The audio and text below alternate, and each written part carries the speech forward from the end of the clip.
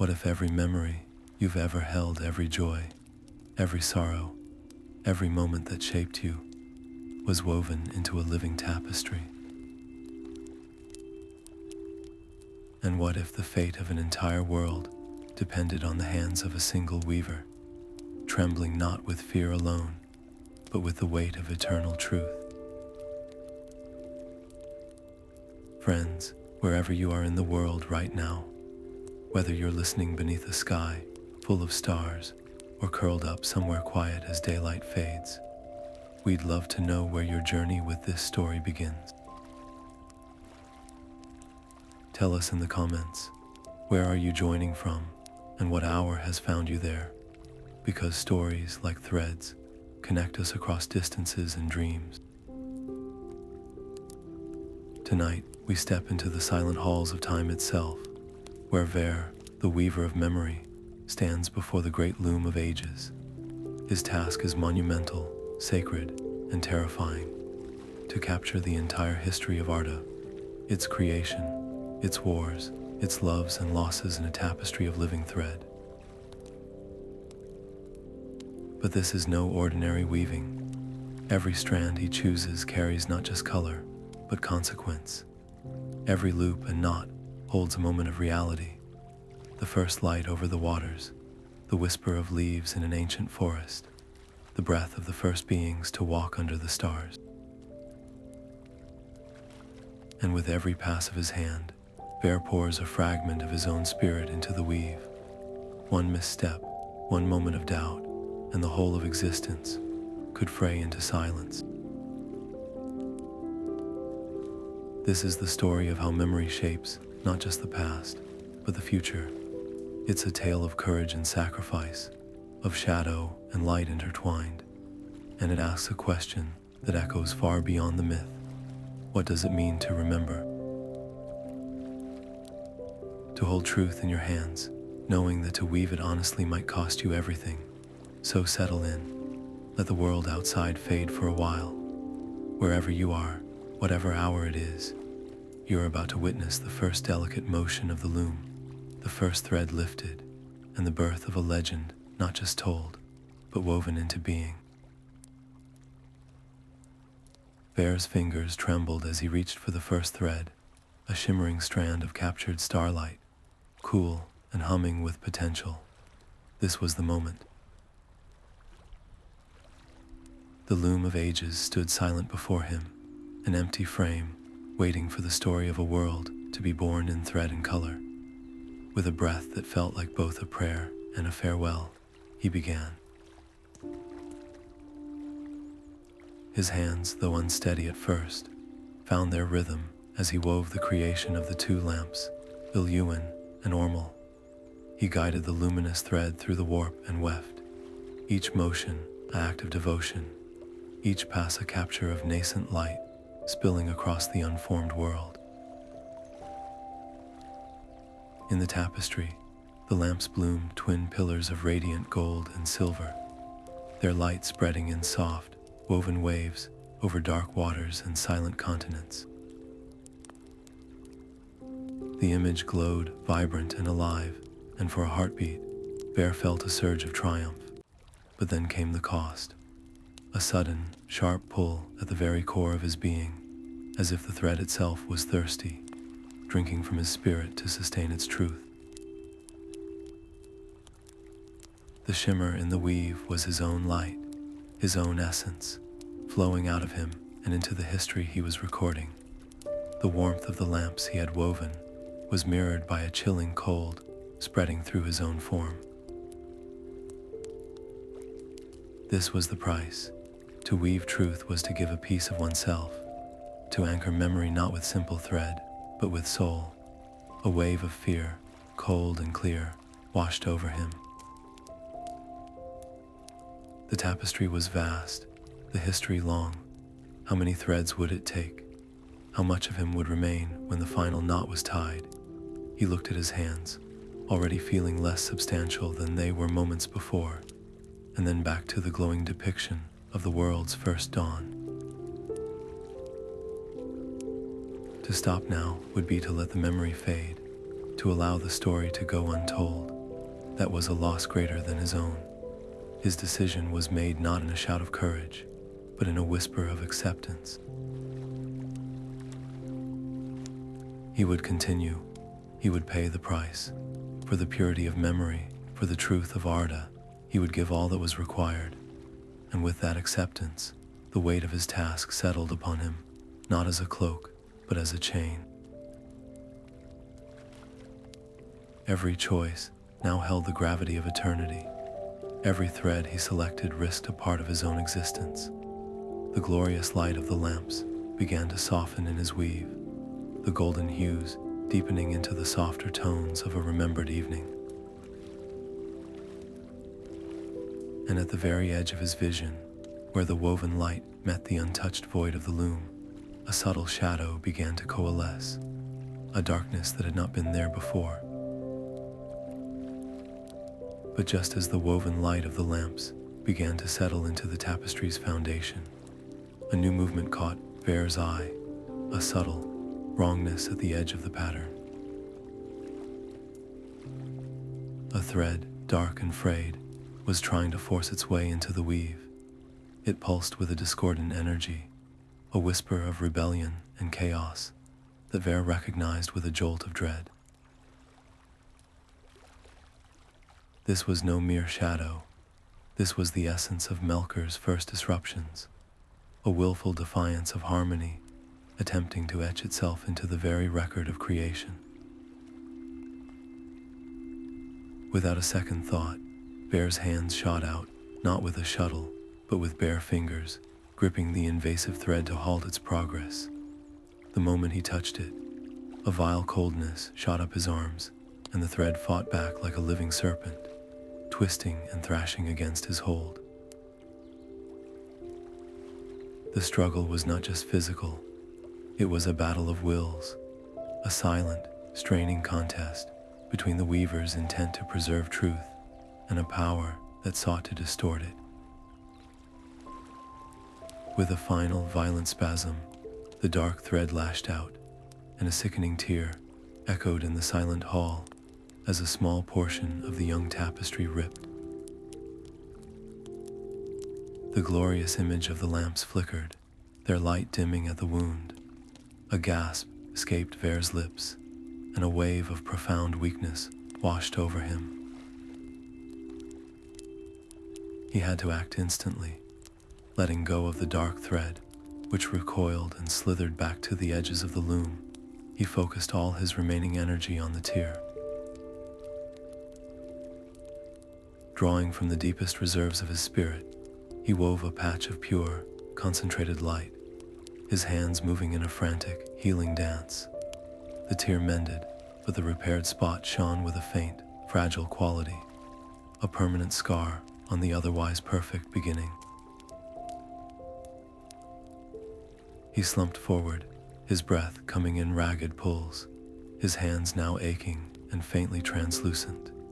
The reality of his new role crashed down upon him. He was not merely a chronicler, but a guardian. Melkor's influence was not a past event to be recorded.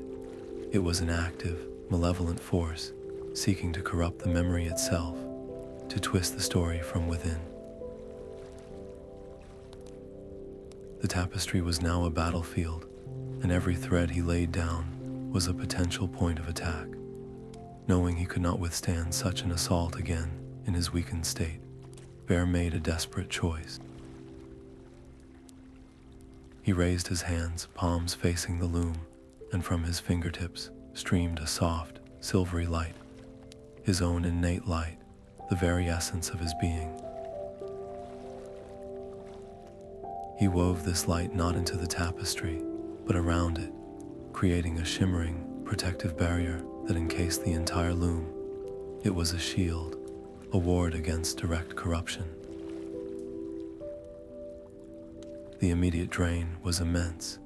He felt a significant portion of his strength flow out to sustain the barrier, leaving him feeling hollowed and fragile. The threat was no longer a possibility, it was a constant. His energy, already depleted from the act of creation, was now being steadily siphoned away just to maintain this defense. The cost of truth had just multiplied, and the weight of eternity grew heavier with every passing moment. Exhausted, his spirit frayed like the thread he had just fought, Vair turned his weary gaze away from the shining lamps and their hidden scar toward the next chapter of Arda's story.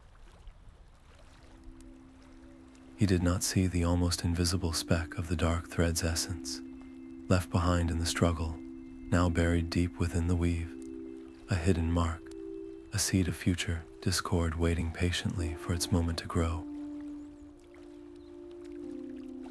Turning his focus from the primal light of the lamps, Vair sought a gentler, purer moment in the unfolding story of Arda.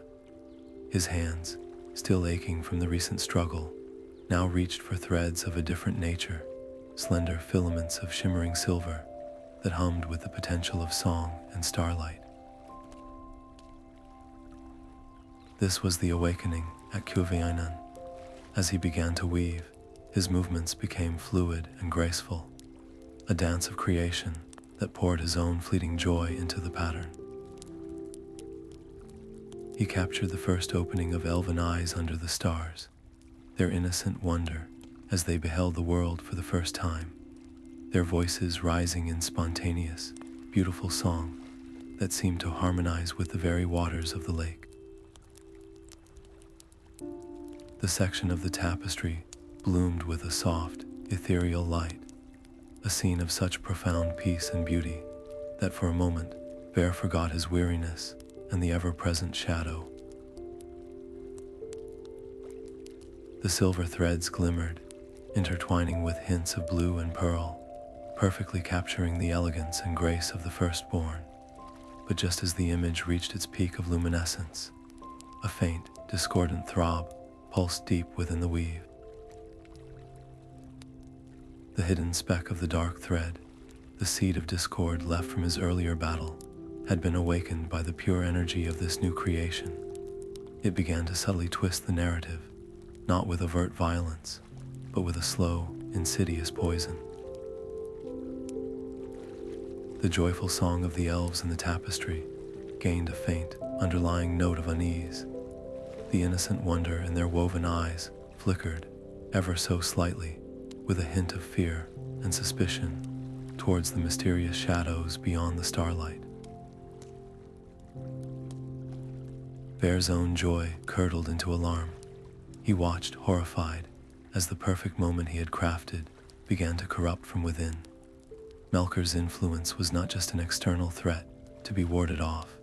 It was already here, a cancer woven into the very fabric of memory, twisting the truth he had sworn to preserve.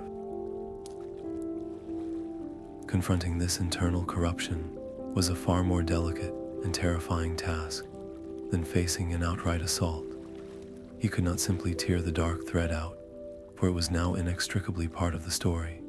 To remove it would be to destroy the entire section, to deny that the shadow of fear had ever touched the elves at all, and that in itself would be a lie. The truth was complex, a mixture of radiant beauty and nascent dread. His role was shifting irrevocably.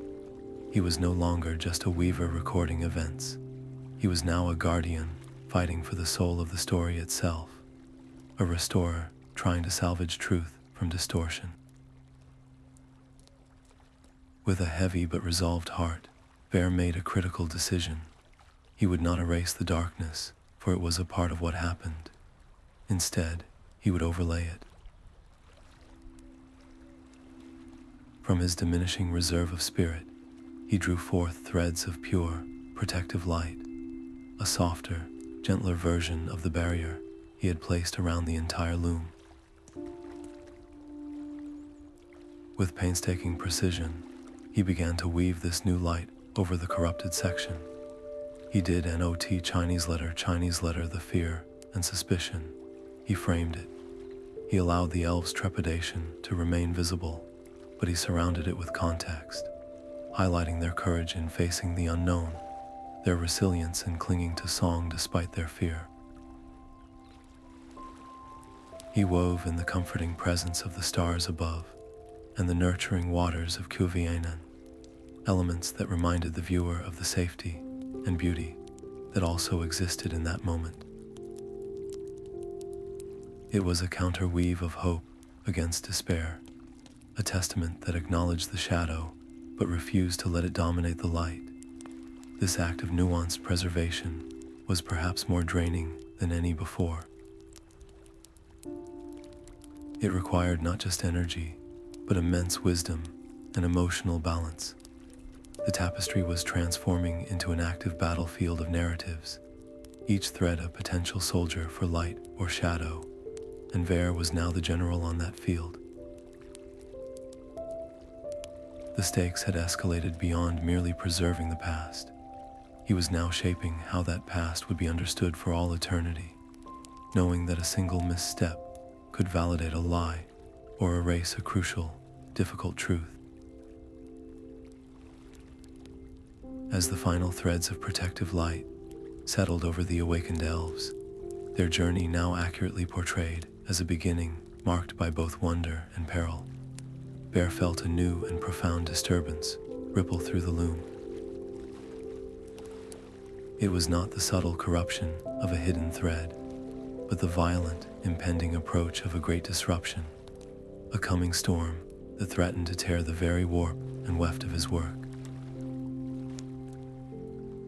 The arrival of the Valor in Middle-earth demanded a new palette from Vair's dwindling reserves.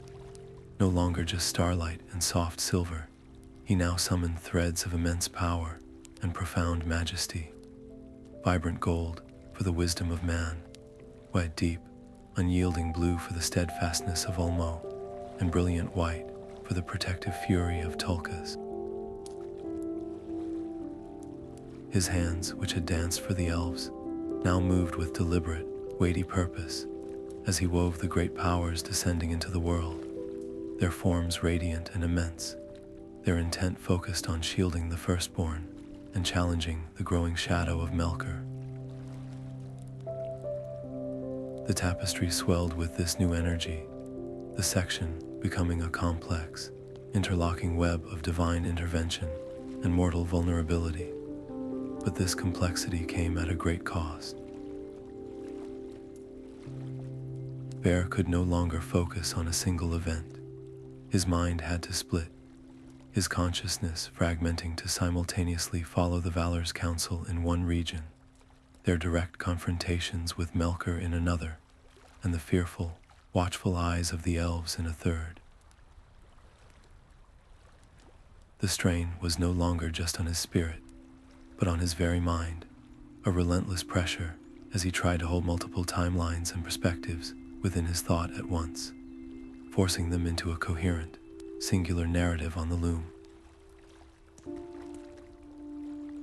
This immense effort brought with it a devastating revelation. To portray the Valor truthfully, he could not simply show them as unstoppable, flawless gods effortlessly banishing the darkness. The truth was far more human, far more complex, and far more fraught. He had to weave their moments of hesitation, their strategic missteps, the times their immense power inadvertently caused collateral damage, and the limitations imposed by their own natures and the will of Eru. He watched his own hands create an image of Tulkas' triumphant laughter as he drove Melkor temporarily to flight, but then had to immediately weave the consequence, the lingering pockets of shadow and corruption that the Valor, in their focus on the great enemy, had failed to immediately purge. This honesty felt like a betrayal of hope. Would those who later gazed upon this tapestry see protectors, or would they see flawed beings whose actions sometimes allowed evil to fester in the unseen corners? Would the record of their struggle inspire faith, or would it seed doubt? The weight of this choice was paralyzing. He held a thread of pure, blinding victory in one hand, and a thread of somber, complicated truth in the other. After a moment of profound inner conflict, Vair made his decision. He chose the thread of truth. He wove the Valor not as distant, perfect deities, but as powerful beings engaged in a desperate and difficult struggle, doing their absolute best against a cunning and adaptable foe. He showed their concern for the Elves, their frustration with Melkor's resilience, and their determination in the face of setbacks. He believed, with a faith that felt fragile but firm, that this honest portrayal would ultimately inspire a different, deeper kind of strength in those who beheld the tapestry. It would teach them that power does not equate to perfection, that struggle is not a sign of failure, and that true courage is found in persevering despite setbacks and limitations. With this realization, the nature of his work transformed once more.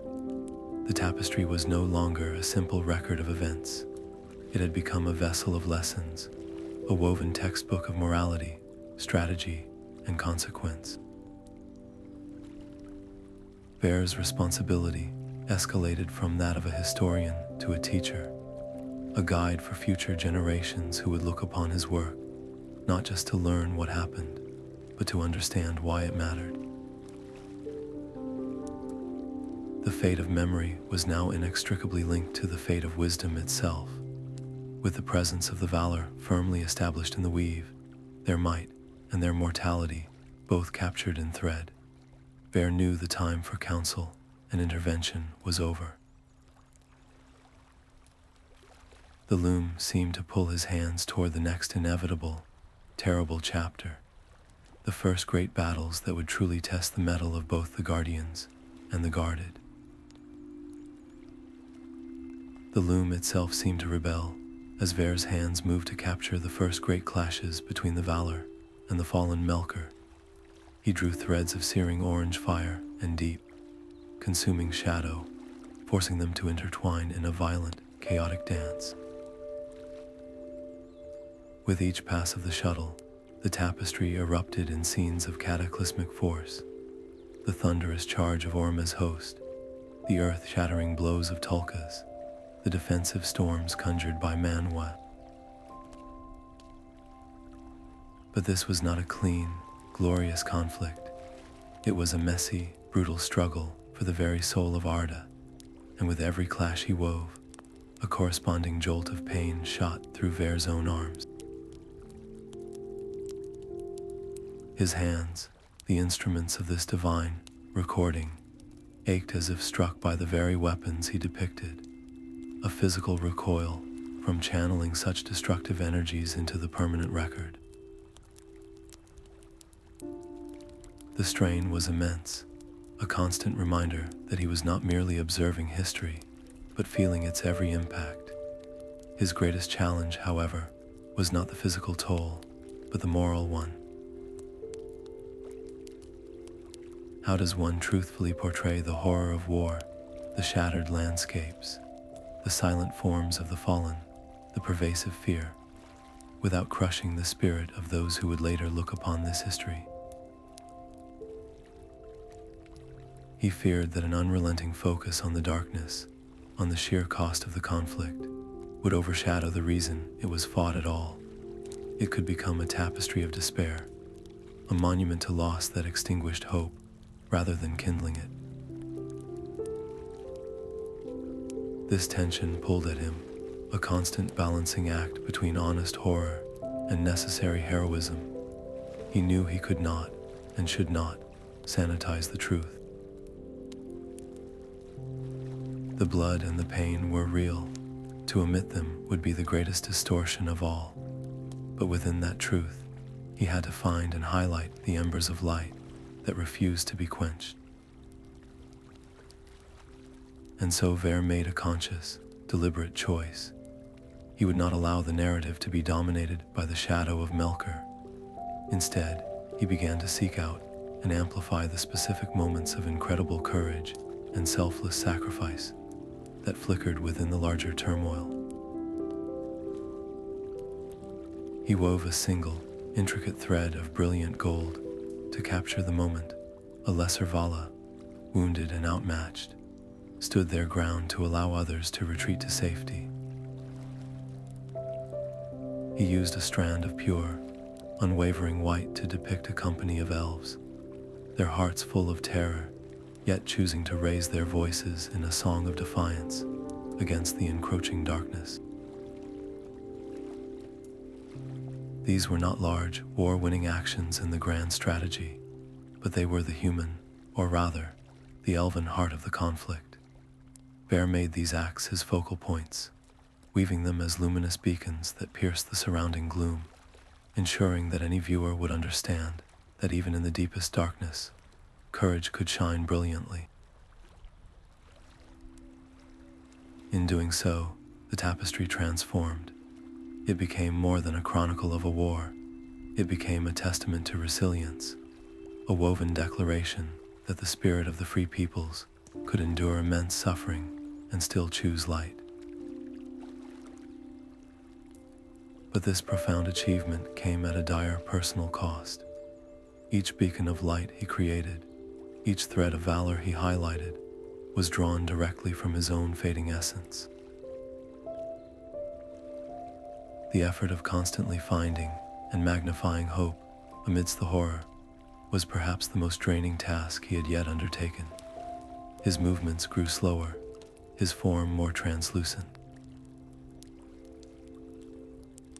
The vibrant energy that had once flowed so freely from him was now a trickle, conserved and spent only on the most crucial threads. He was waning, his own light diminishing to ensure the light within the story would never die. As the final, earth-shaking confrontations of the war began to subside in his weave, leaving a scarred but quieting world, Vair allowed himself a single, weary breath.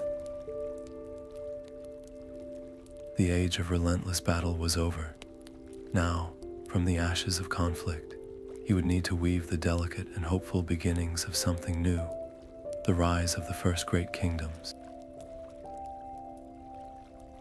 From the woven echoes of clashing armies and the quiet aftermath of war, Vair's hands now sought a different kind of thread.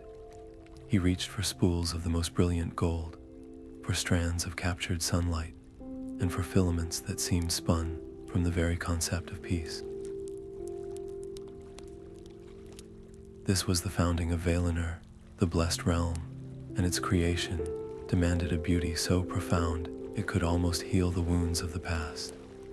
As he wove, the tapestry transformed. The grim grays and fiery reds of battle gave way to shimmering landscapes of unimaginable splendor. He crafted the two trees, Tulpirion and Laurelin, their radiant light spilling from the loom in soft, liquid patterns of silver and gold. He wove the majestic cities of the Valor, their towers reaching toward a sky forever clear, and the quiet, hallowed woods where harmony was not a hope, but a reality. The very act of weaving this paradise was a balm to his own frayed spirit. A gentle, revitalizing energy flowed back into him from the positive, hopeful imagery he was creating, a slight but precious recharge to his desperately depleted essence. For the first time, in what felt like an age, the constant, grinding drain on his being lessened, and he could almost believe in the enduring peace he was depicting. Yet, even as his hands moved with a renewed, lighter rhythm, his watchful eyes noticed something unsettling. The dark, malevolent threads that had so often lunged for the weave, the ones that represented Melkor's corrosive influence, did not attack this new vision. They did not even linger at the edges, straining against his protective barrier. Instead, they had simply retreated. They coiled back into the shadows of the loom's framework, silent, watchful, and patient. This was not a victory, it was a strategic withdrawal. The absence of conflict felt more ominous than any direct assault. A cold knot of worry tightened in Vair's chest, cutting through the fleeting sense of relief.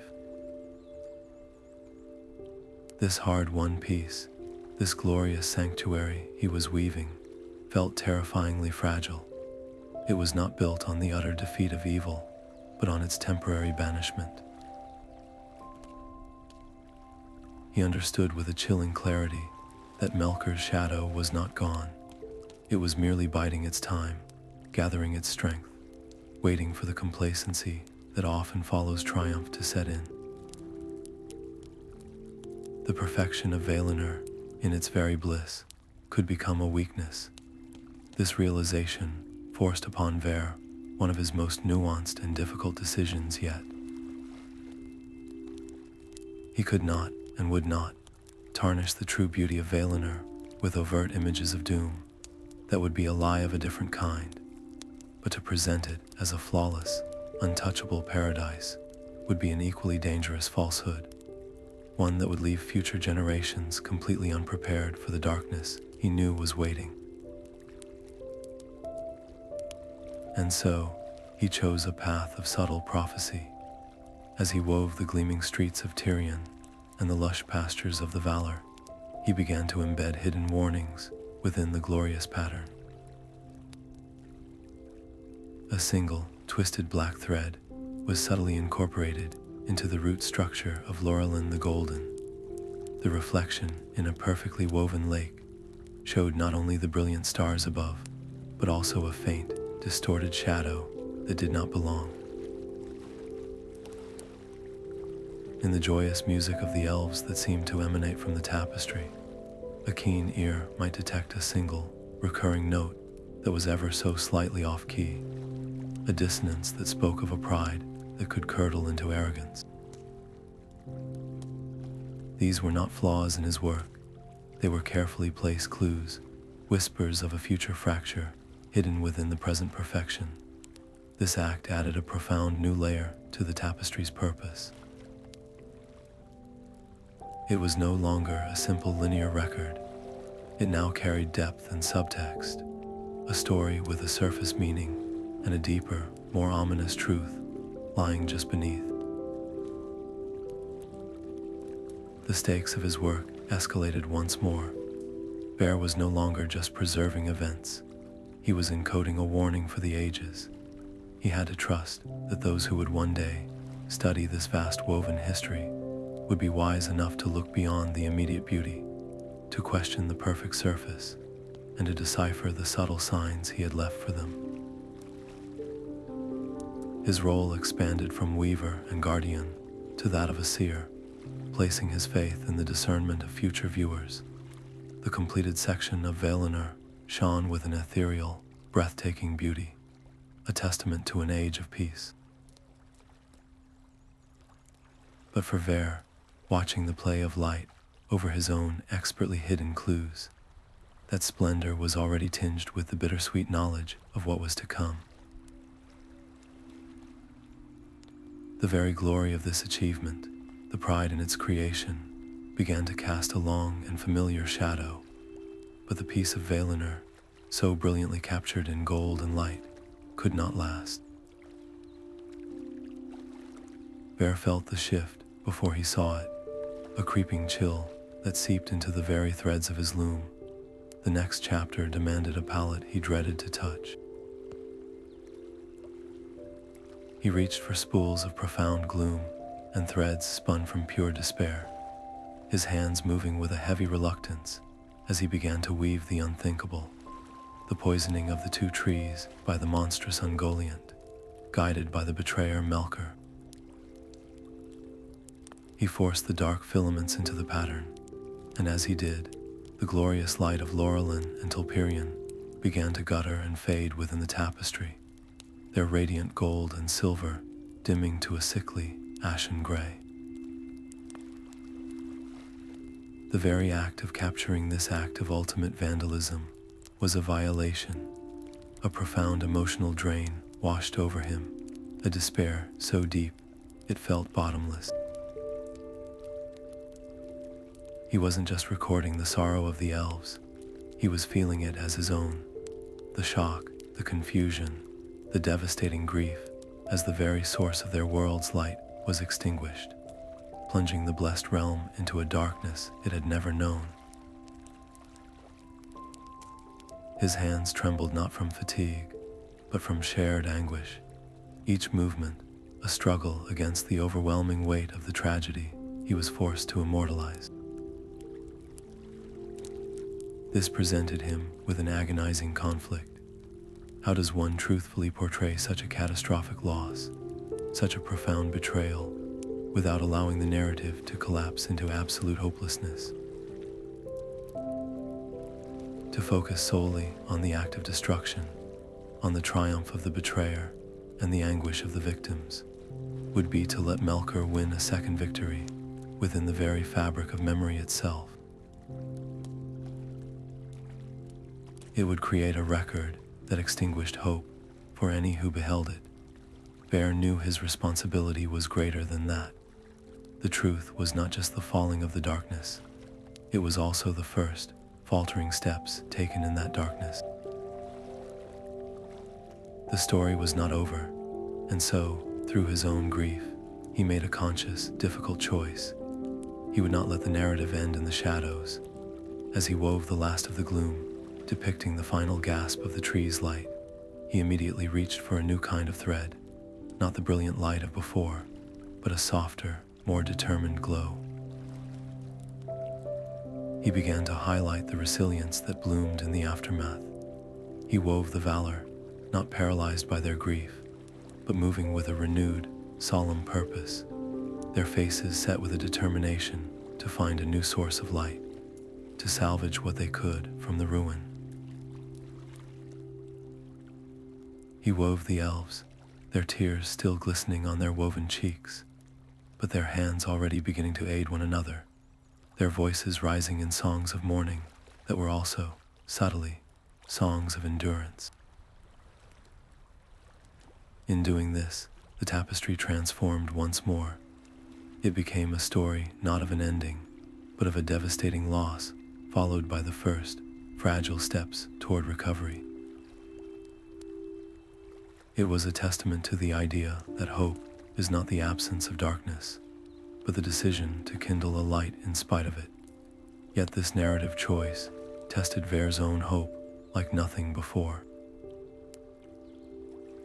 To weave resilience, he had to find it within himself, and in that moment, surrounded by the woven evidence of such perfect beauty, so utterly defiled, it was the hardest thread to grasp. The stakes of his work escalated yet again. The tapestry was now a crucial vessel for this very lesson, that even from the deepest darkness, the will to seek light can emerge. His success or failure in conveying this would directly influence how this pivotal moment was understood for all time. As the final threads of the new, determined light were laid over the pervasive gloom, the section was complete. A balanced, heartbreaking, yet ultimately hopeful portrayal of one of Arda's greatest tragedies. The darkness had fallen, but it was not absolute, and with the world plunged into this unprecedented night, Vair's attention and his loom were pulled toward the next seismic event, the fateful choices of the Noldor and their desperate flight from the only home they had ever known. The departure of the Noldor from Valinor was a storm of conflicting passions, and Vair found his loom besieged by it. He could not reach for a single, pure color to capture their exodus. Instead, his hands moved between spools of cold, hard steel and filaments of shimmering, sorrowful silver. The steel represented their fierce, unbreakable determination, the grim resolve that fueled their long march into the unknown. The silver was for their grief, for the beauty of the home they were leaving behind, for the light of the two trees that now lived only in their memory and in the glowing jewels they carried so preciously. As he wove, these threads did not blend harmoniously. They clashed and tangled, creating a knotted, chaotic section of the tapestry that was painful to look upon, and even more painful to create. The very weave seemed to vibrate with a dissonant chord of pride, sorrow, and a burning, righteous fury, keeping the pattern clear, ensuring the narrative remained intelligible amidst this emotional maelstrom, was a struggle that taxed Vair's skill more than any battle scene had. This complexity forced upon him a profound ethical dilemma: to portray the Noldor as simple, noble heroes wronged by the gods would be a dangerous glorification, ignoring the pride, the rash oaths sworn in anger, and the kin-slaying that stained their journey from the very start. Yet, to depict them solely as arrogant rebels, blind to their own folly, would be an equally grave injustice, erasing their genuine loss, their deep love for the Silmarils, and their courageous, if misguided, desire to carve out a realm of their own in a darkened world. Vair's hands paused over the loom, the threads of steel and silver hanging slack. His sacred vow was to truth, but he was realizing that truth is rarely a single thread. It is often a thick, tangled rope woven from countless contrasting strands. To be truly unbiased was not to choose a side, but to show all sides, and so he made a monumental decision in his approach. He would weave this chapter not as a single, unified narrative, but from multiple, overlapping perspectives. He began to craft the story so that it shifted depending on where one looked. From one angle, the viewer would see the noble profile of Feanor, his spirit aflame with a brilliant, captivating light, his words a compelling call to freedom and action. From another, the same figure was cast in a darker hue, his brilliance revealed as an incendiary pride that burned all who followed him too closely. Vair wove the unwavering loyalty of Feanor's followers with threads of adamant strength, but right beside it, he wove the hesitant, heavy hearts of those like Finarfin's people, who turned back, their threads of silver tinged with the shame of abandonment and the wisdom of regret. He showed the immense courage required to cross the grinding ice of the Helcaraxet, but he also made sure the cold, unforgiving nature of their oath, the chain that bound them to this terrible path, was felt in every frigid thread. This act of multifaceted storytelling was his most challenging work yet.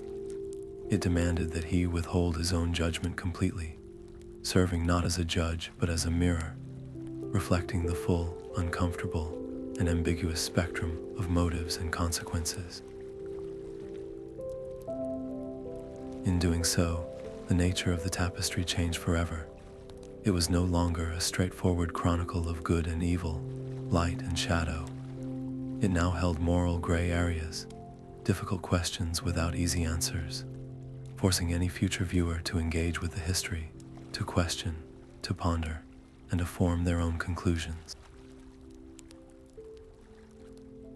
Vair's role had escalated from a mere recorder to a presenter of profound moral questions, and the weight of that responsibility challenged his very identity.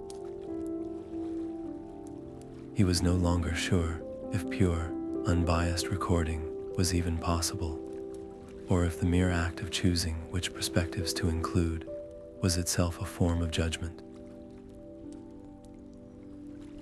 The glorious, determined exodus he had woven was in truth a procession of exiles marching into a blood-stained future, their silver tears freezing against cheeks set with steel resolve. And their journey would not end in an empty land awaiting their arrival, but in a world already scarred by ancient strife, where their arrival would ignite new and terrible conflicts. As the epic struggles of Elves and Valor settled into the weave, a new and profoundly different energy began to stir at the edges of Vair's awareness. It was not the brilliant, enduring light of the firstborn, nor the immense, structured power of the divine. This was something quieter, warmer, and heartbreakingly fleeting. Turning his attention east, to the newly awakened lands of Hildorian, Vair reached for threads he had never used before. He selected strands of burnished bronze, strong yet capable of a soft patina over time, and filaments so fine and delicate they seemed spun from human breath itself, here for a moment, then gone. With these new materials, he began to weave the awakening of the second-born, the race of men. He captured their first moments of consciousness, the dawning wonder in their eyes as they beheld the sun, the tentative touch of a hand on cool grass, the soft, questioning sounds of a language not yet fully formed. The tapestry accepted this new element, but the change was immediately palpable. Where the elven threads hummed with an ageless song, and the Valor's threads shone with imperishable might, the threads of men felt fragile, vibrantly alive, but already tinged with the soft, inevitable shadow of their own ending.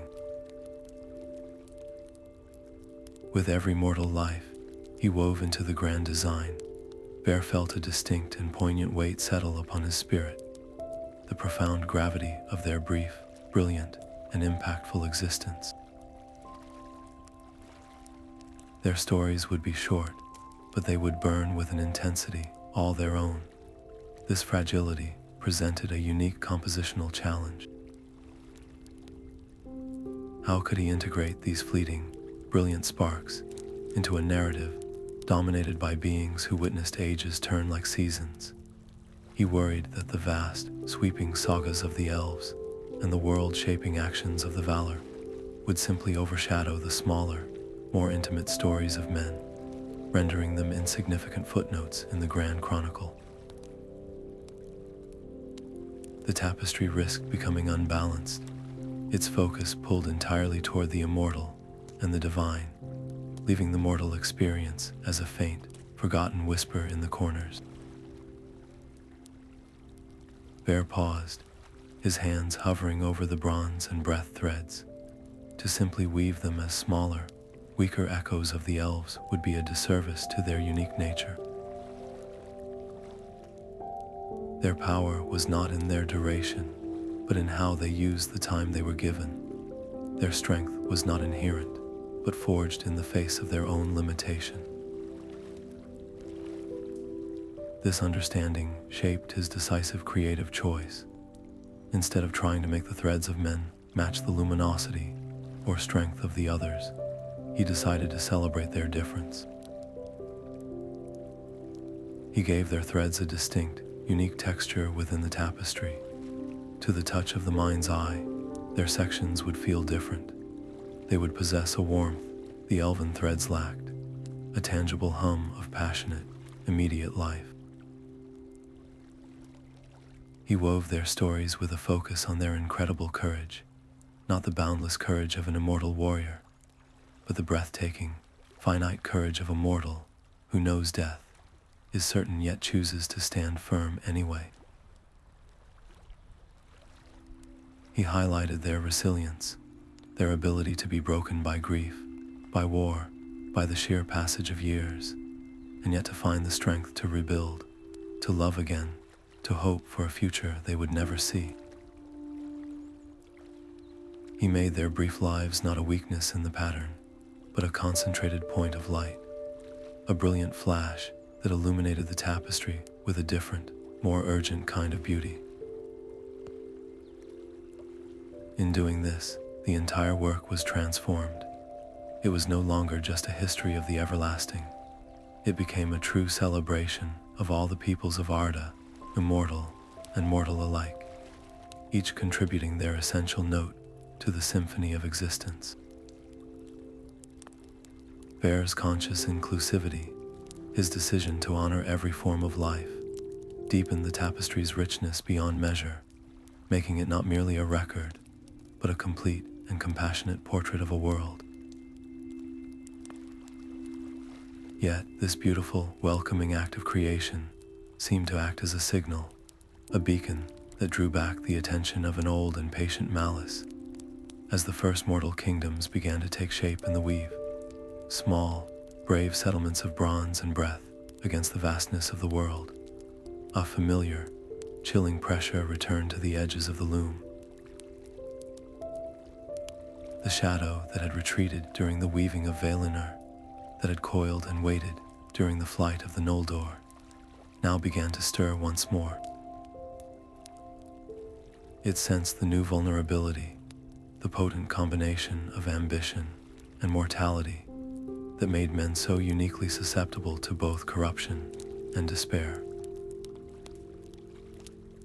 The gentle warmth of the new mortal threads seemed to attract the cold like a magnet, and Vair felt the first icy tendrils of a returning darkness, not just as a threat to his work, but as a personal betrayal of the fragile hope he had just woven. The age of building was over. The shadow of war, colder and more calculated than ever before, was returning to the world. The loom shuddered as Vair's hands plunged into a new, terrible palette. No longer the soft silvers of awakening or the brilliant golds of Valinor. He now drew threads the color of drying blood and tarnished steel, filaments that hummed with the discord of clashing metal and the silent agony of the fallen. This was the long, brutal century of the Wars of Beleriand. His task was to weave the sprawling, chaotic conflicts that scarred the land. The fragile, hard-won alliances between elven kings, mortal heroes, and the stout dwarven clans of the mountains. Alliances too often frayed by pride, misunderstanding, or outright betrayal. Each battle was a complex, ugly knot in the grand design. The glorious charge of a cavalry unit, woven right beside the cowardly retreat of another. An oath of eternal friendship, made over a shared campfire. Its thread immediately crossed by the dark filament of a secret, self-serving pact. The tapestry grew heavy with this grim narrative, its texture changing to something coarse and unforgiving under his touch. The sheer violence of what he was channeling into the weave manifested as a direct, physical assault on Vair's own form. With every clash of armies he depicted, a fresh wave of exhaustion would crash over him, forcing him to release the shuttle and brace himself against the trembling frame of the loom. His hands, once steady and sure, now often ached with a deep, bone-weary pain, as if he himself had been swinging a sword for days on end. His breaths came in short, ragged pulls during the most intense sequences, and a constant, dull throb settled behind his eyes, the price of immersing his consciousness so completely into an unending nightmare of strife. He was not just recording history, he was reliving its most visceral costs, and his spirit, already so diminished, was being eroded by the relentless tide of battle. This immersion forced upon him a profound and distressing tension. His sacred duty was to truth, and the truth of these wars was unflinchingly horrific. It was the sight of fallen soldiers ignored on the battlefield, the smoldering ruins of villages, the blank, lifeless eyes of the slain. To soften these images, to sanitize the reality of the conflict, would be the deepest betrayal of those who had endured it. Yet he feared that an uncompromising, graphic portrayal of the carnage would transform the tapestry from a memorial into a monument to despair. A viewer could be so overwhelmed by the unrelenting grimness that they would miss the entire point of the sacrifice, the why behind the fighting. The tapestry could become a thing that horrified and numbed, rather than educated and honored. His resolution to this dilemma defined the entire character of this vast, grim section. He would not look away from the darkness, but he would consciously, deliberately, weave points of brilliant light within it. His eyes, though tired, began to seek out the specific, luminous moments that shone amidst the chaos.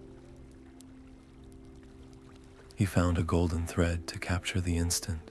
A dwarven axeman, heavily outnumbered, stood his ground to shield a wounded elven archer, their species' ancient grievances forgotten in that one act of pure solidarity.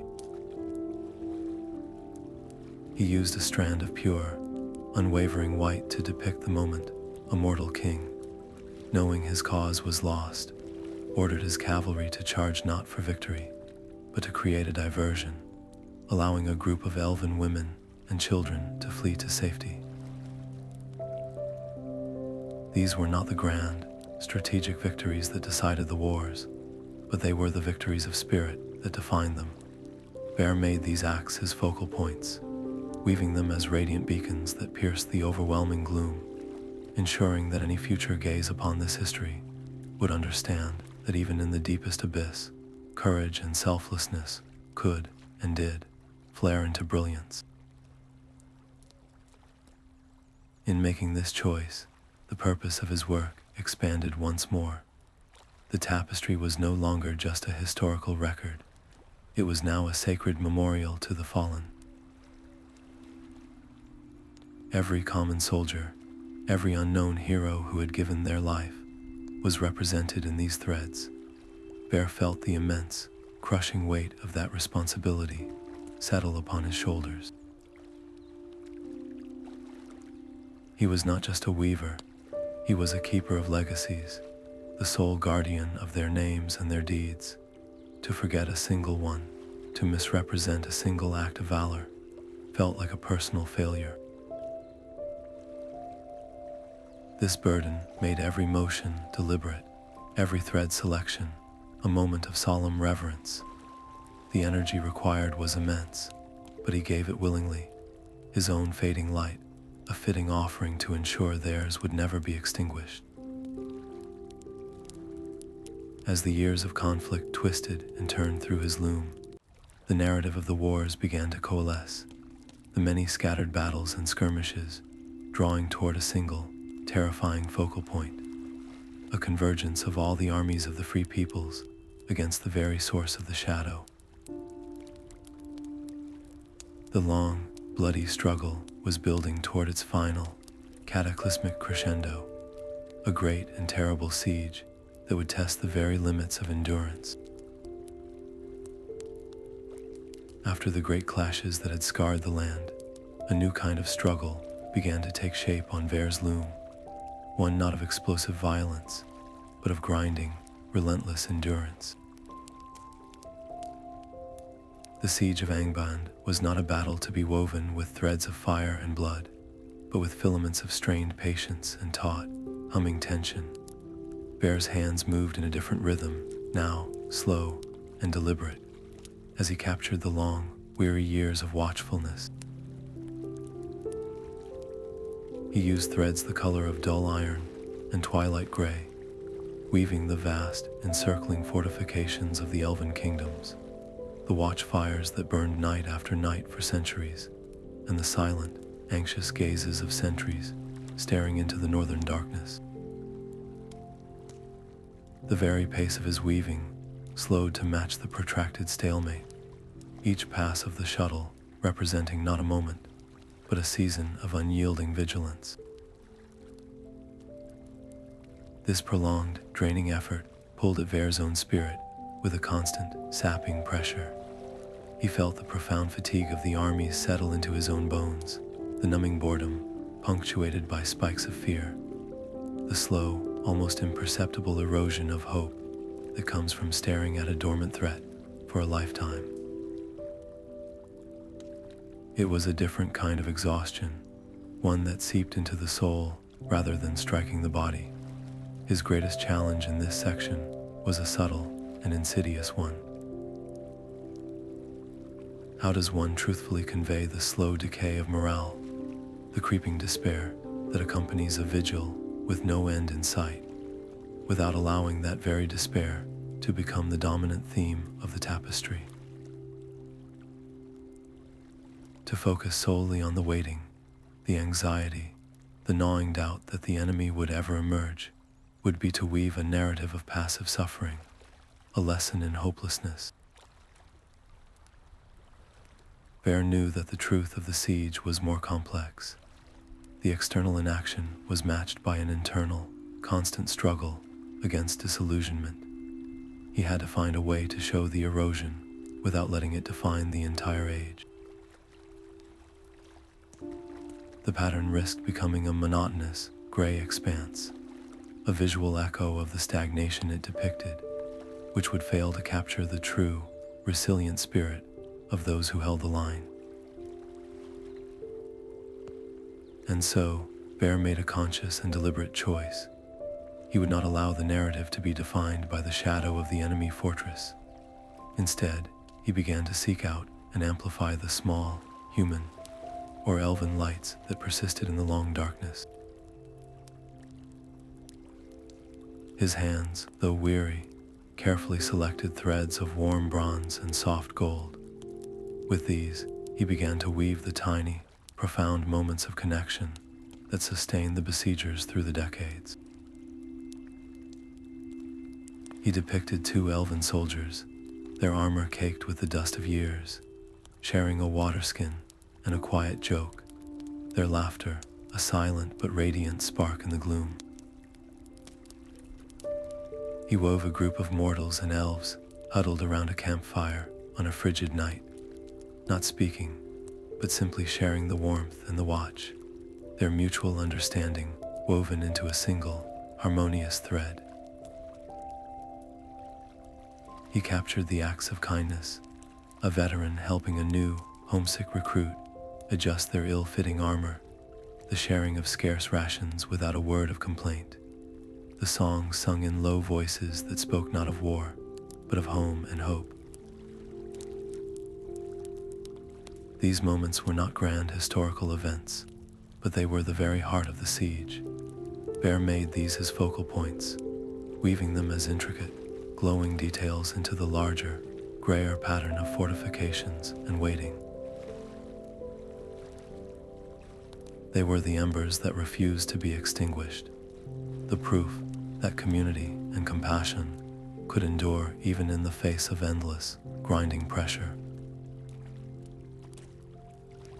In doing this, the tapestry transformed into something far more profound than a military record.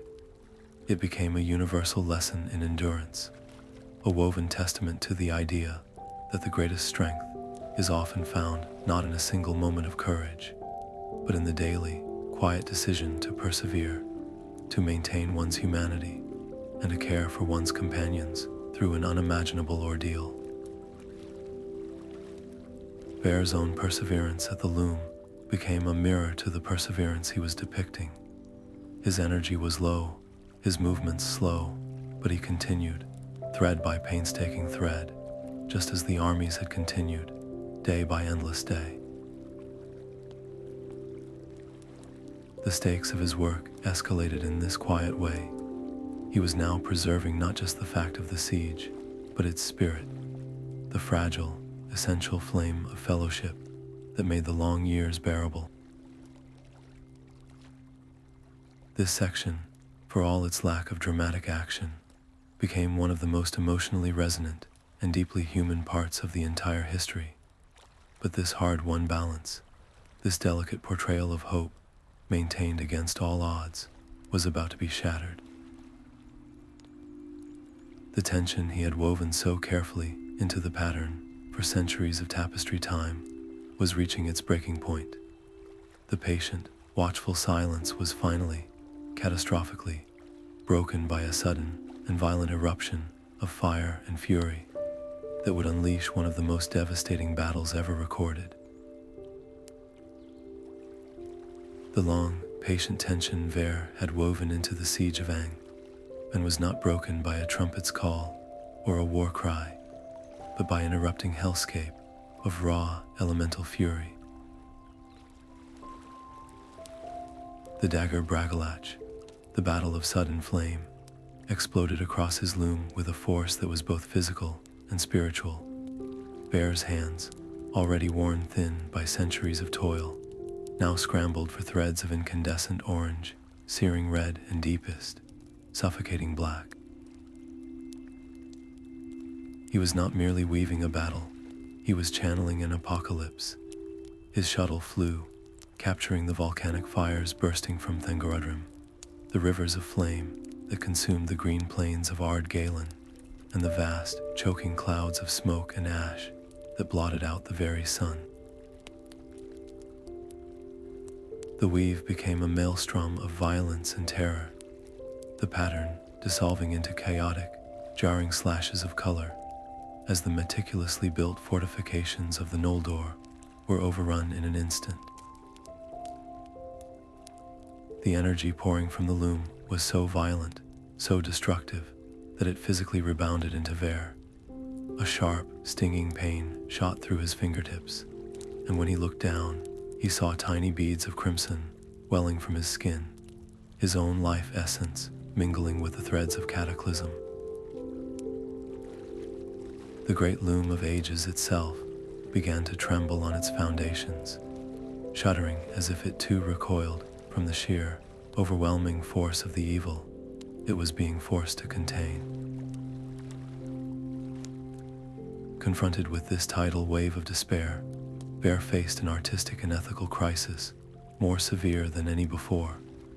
The truth was an unrelenting nightmare of fire and death, of heroes like Fingolfin and Feanor's sons being broken and scattered, of entire kingdoms like Dorthonion vanishing in the Inferno. To depict this honestly meant to risk creating a section of the tapestry so utterly bleak, so soul-crushingly hopeless, that it could extinguish the spirit of any who beheld it. It could become a monument to the absolute triumph of darkness, a validation of Melkor's power that would forever overshadow any later glimmer of resistance. The temptation to soften the blow, to pull his punches and spare the viewer the full, horrifying scope of the defeat, was immense, but to do so would be to dishonor the countless who had fallen, to diminish the sheer scale of the catastrophe they had faced. His vow was to truth, no matter how terrible that truth might be. His decision, then, was not about whether to show the horror, but about how to frame it. He would not let the narrative be defined solely by the victory of the dark. Instead, as his bleeding hands continued their desperate work, he consciously shifted his focus. His eyes, though stinging from the woven smoke, began to search for the pinpricks of light within the all-consuming darkness. He did not look away from the fall of the great lords, but he made sure to find and magnify the resilience of the small. He wove a brilliant, desperate thread of silver to capture the moment a handful of mortal soldiers, trapped and surrounded in the pass of Aglan, turned a sheer cliff face into a last, defiant stand, buying precious minutes for a column of elven refugees to escape into the wilds.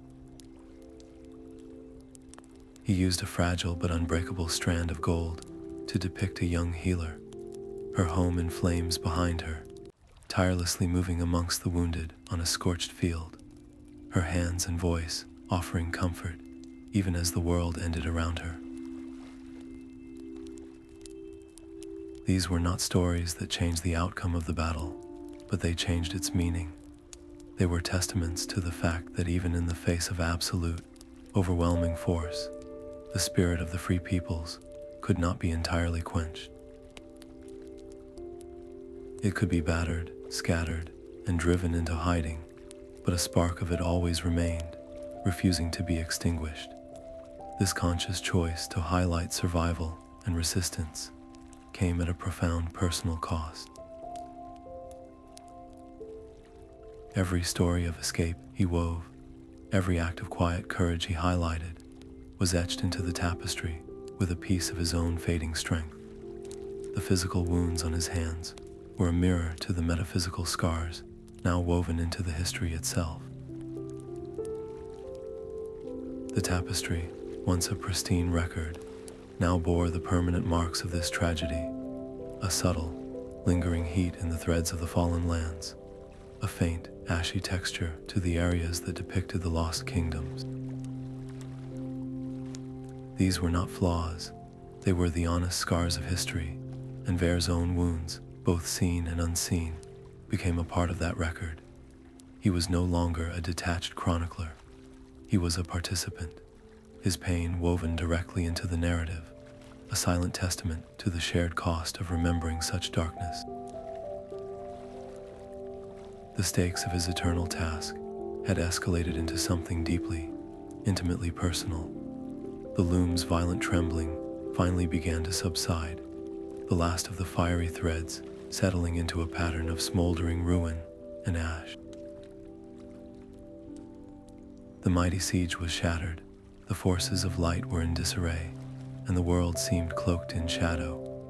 Yet, if one looked closely at the devastation Vair had woven, amidst the scars and the sorrow, those careful, deliberate threads of silver and gold still shone, tiny but unyielding. They were the proof that the story was not over. From the cold ashes of this utter defeat, a new, different kind of hope was beginning to stir, not in armies or kingdoms, but in the stubborn, enduring hearts of individuals.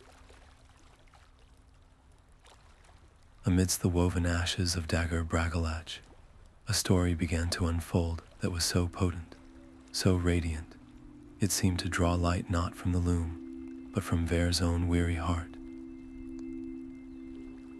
This was the quest of Beren and Lúthien, and to capture it, he reached for threads he had almost forgotten how to use. He selected filaments that felt like pure courage, strands that hummed with the very essence of love, and a shimmering, silvery material that seemed spun from moonlight and daring. As his hands began to move, a change came over him, the relentless drain on his spirit, so constant he had accepted it as part of his being, slowed and then reversed. A gentle warmth flowed back into his fingers, up his arms and into his core. The section of the tapestry he was working on began to glow with an internal, soft light, a luminescence that pushed the lingering shadows of Angband back to the very edges of the loom. For the first time in an age, Vair did not feel like he was fighting the weave.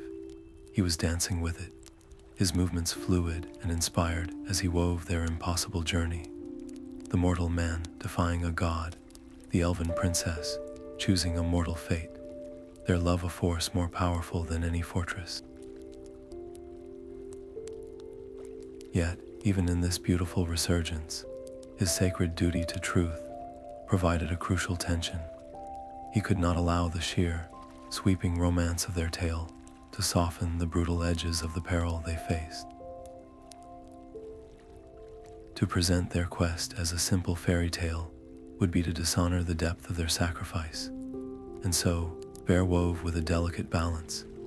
He captured the breathtaking beauty of Lúthien's dance before Morgoth's throne, her power weaving asleep over the Dark Lord himself, but he made sure to show the trembling of her hands, the cold dread that gripped her heart even as she performed the act. He depicted Beren's desperate courage as he pried a silmaril from the iron crown, but he also wove the searing pain of the wound he received, the blood that dripped onto the throne room floor, a stark reminder of the physical cost. Their love was the engine of their quest, but Vair was careful to show that it was not a shield. It was, instead, the very thing that made them vulnerable, that gave their every risk its profound weight and meaning. Understanding that no great story exists in a vacuum, Vair made a pivotal decision about its presentation. He did not isolate their thread from the rest of the tapestry. Instead, he consciously and skillfully intertwined their singular, shining narrative with the threads of all those whose lives they touched. He wove the thread of the great wolfhound Éowyn, his loyalty and his tragic fate, directly into the pattern of their journey.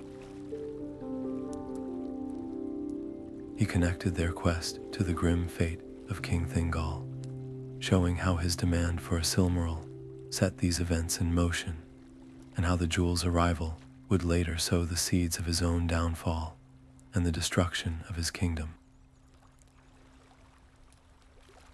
He even wove a thin, dark filament from the monstrous wolf Carcharoth, showing how their success created a new, terrifying danger that would go on to threaten others.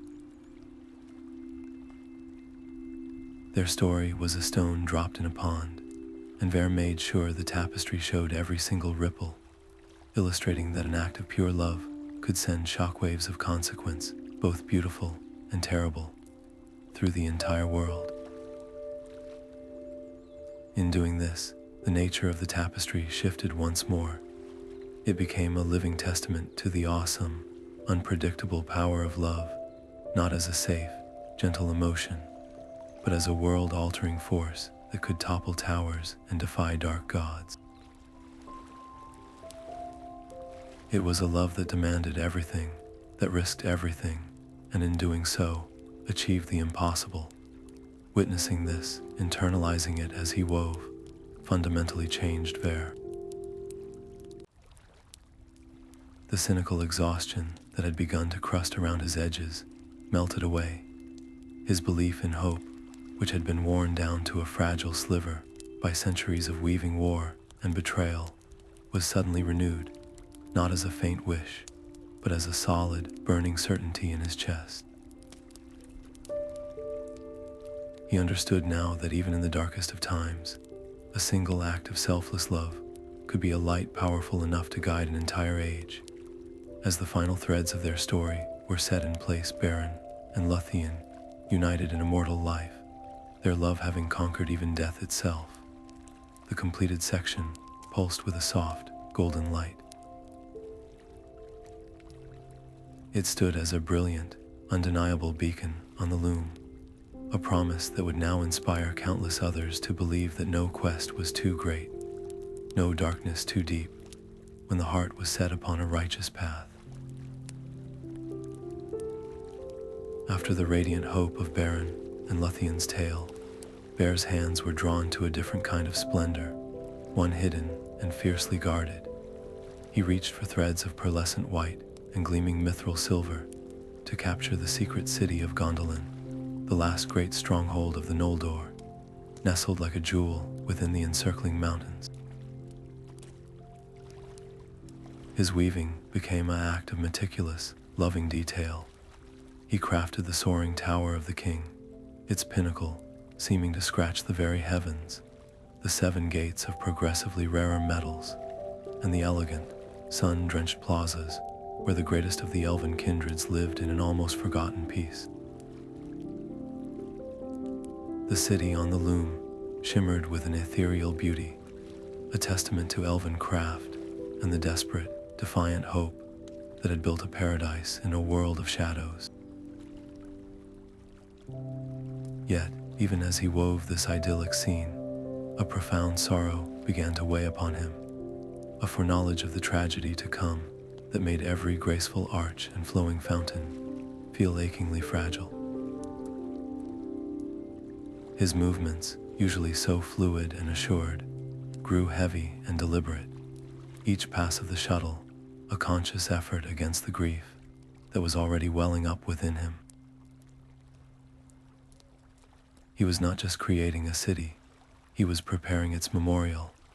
The transition from glory to ruin was not a sudden cut, but a slow, sickening unraveling that Vair felt in his very soul.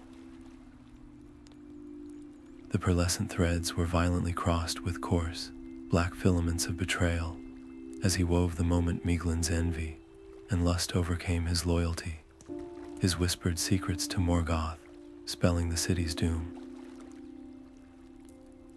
Then came the threads of fire and brutal iron, depicting the monstrous host pouring through the passes, the dragons scorching the white walls, and the streets that once echoed with song, now running red. Vair's hands trembled as he worked, the violence of the scene seeming to reverberate back through his own being. The physical strain was immense, but it was the emotional toll that truly slowed him, a deep, resonant anguish for the countless lives lost, the beauty shattered, the music silenced forever.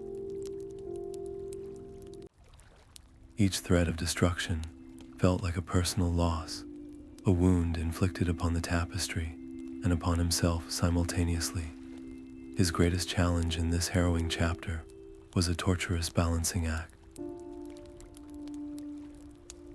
How could he possibly do justice to the horrific violence of the city's fall? The screams, the fire, the brutal deaths of heroes like King Turgon and the valiant Glorfindel, without allowing that horror to completely overwrite and erase the memory of the sublime beauty that had existed just moments before. To focus only on the ruin would be to let the enemy's victory define Gondolin's entire story. Yet, to gloss over the brutality of its end would be a disrespectful sanitization of the immense suffering and sacrifice of its people. The tapestry risked becoming either a traumatic shock or a dishonest fantasy, and Vair knew his duty was to navigate the painful, perfect middle ground between them. This impossible tension led him to a profound decision about how to structure the narrative. He would weave the story of Gondolin as a dual lesson, a poignant cautionary tale, and a glorious celebration. He began to consciously layer the threads. He showed the towering, proud walls, but he also wove the subtle, almost invisible cracks of pride and isolationism that had festered within them, the refusal to aid others that ultimately left them alone in their final hour. He depicted the breathtaking beauty of the city, but he made sure the viewer could also sense the peril of its secrecy, the fragility of a paradise that refused to acknowledge the darkness at its gates. It was a warning against the hubris that can grow from even the most beautiful achievements. Yet, at the very same time, he poured all his remaining love for the elves into celebrating the people themselves. He wove not just their deaths, but their incredible, defiant courage in the face of certain doom. He focused on the household of the Golden Flower, making its last stand on the main square, on the father who shielded his child with his own body, on the citizens who, even in their final moments, chose to fight for their home rather than flee. Their valor became the true, enduring heart of the city's story, far outshining the stones and towers that fell. This act of dual remembrance escalated the stakes of his eternal task to a terrifying new height. The tapestry was no longer just a historical record. It was now the definitive memorial to a lost wonder of the world. Vair felt the crushing weight of that responsibility. To misremember a single street, to forget a single face, to fail to capture the exact hue of the sunset over the Crissigrim would be an eternal sin.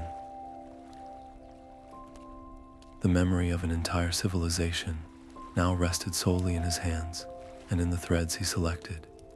His need for perfection was no longer about artistic pride, but about sacred duty, and the fear of making an error was a constant, gnawing companion as he worked. As the final, smoldering threads of the city's ruin were laid in place, a deep silence seemed to fall over the Loom. The glorious hidden city was now a memory, its people scattered or slain. But in the quiet aftermath of such profound loss, the tapestry itself seemed to whisper of the fragile, tenacious nature of life. For from the blood-soaked ashes and the scattered embers, a tiny, new thread of destiny began to stir, not a thread of ending, but one of beginning. From the smoldering ruins of Gondolin, a single, fragile thread of destiny began to emerge, a legacy born from the city's ashes. Vair's hands, still aching with the shared grief of the fall, now reached for materials that mirrored this new, desperate hope. He selected a thread that glimmered with the last light of the evening star, and another that felt like a final, gasping breath, held in desperation. This was the Voyage of Eärendil, the half-elven mariner, and his quest was unlike any other. Vair's weaving became an act of profound empathy. As he wove the tiny ship Gil-galad, being tossed on the endless, shadowy waves of the encircling sea, he did not merely observe, he embarked. His consciousness seemed to leave the Loom, joining Eärendil on that desperate deck. He felt the biting spray of the salt water, the ache of exhaustion in his own limbs from the endless vigil at the helm, and the crushing, immense weight of the Silmaril bound to Eärendil's brow, a jewel that was both a beacon and a target, drawing the attention of every dark thing in the deep. He felt the mariner's hope, a frail but stubborn flame, and his despair, the terrifying thought that he might sail forever, never finding the shores he sought, while the world he loved succumbed to darkness behind him. The sheer magnitude of power required to weave this journey was unlike anything Vair had yet channeled. It was not the explosive energy of a battle or the slow drain of a siege. It was a constant, high-frequency current of pure, undiluted purpose. To capture the essence of a plea, strong enough to cross the sundering seas and reach the ears of the gods, Vair had to pour an immense portion of his own remaining spirit into the shuttle. The threads of hope and desperation glowed with an almost unbearable intensity as he worked, illuminating the silent hall and casting long, dramatic shadows. With every pass, he felt himself growing thinner, more translucent, as if he were weaving his very soul into Eärendil's oath to save Middle-earth. The line between the weaver and the woven blurred completely. Vair's fate became inextricably tied to the success of this lone ship. If Eärendil failed, it would not just mean the fall of Beleriand. It would mean that Vair's own life force, invested so completely in this moment, would have been spent in vain. His greatest challenge was compressing an almost unbearable urgency into the static image of the tapestry. How could a single woven ship on a woven sea convey the terrifying truth that all of creation seemed to be holding its breath, waiting for the outcome of this one journey? The fate of elves, men, and all free peoples balanced on the prow of that tiny vessel. Vair solved this not through action, but through focus. He wove the sea around Gil-galad, not as empty water, but as a dense, oppressive pressure. The waves seemed to loom with conscious malice. The stars above peered down with anxious stillness, and the very air in the tapestry felt thick with impending judgment. Every element of the scene pointed toward the ship, making it the undeniable focal point of all tension, all hope, and all fear. The viewer would feel, instinctively, that this was the pivotal moment upon which everything turned. When the moment of arrival finally came, Vair made a critical narrative decision. He did not lavish detail on the undying lands of Valinor itself. Instead, he focused all his artistic power on the singular, earth-shattering moment of the plea being heard. He wove Eärendil, weary and radiant, standing before the assembled might of the Valor, his voice not a sound but a visible, shimmering wave of light and emotion that flowed from him and washed over the divine figures. And then he captured the exact instant of their answer. He did not show a debate or a discussion. He showed a shift. He wove the faces of the Valor, not with anger or pity, but with a resolute, awakened purpose. A single thread of brilliant, unconditional white leapt from man, was hand and touched Eärendil's brow, not as a blessing for him alone, but as a catalyst. This was the turning point, the hinge upon which the history of the world finally swung away from certain darkness and toward the possibility of salvation. Vair poured every ounce of his remaining strength, into making that moment feel not like a request granted, but like a cosmic lock finally clicking open. In doing so, the tapestry itself was transformed. It was no longer just a record of past events. It now held within its patterns the very key to the world's salvation.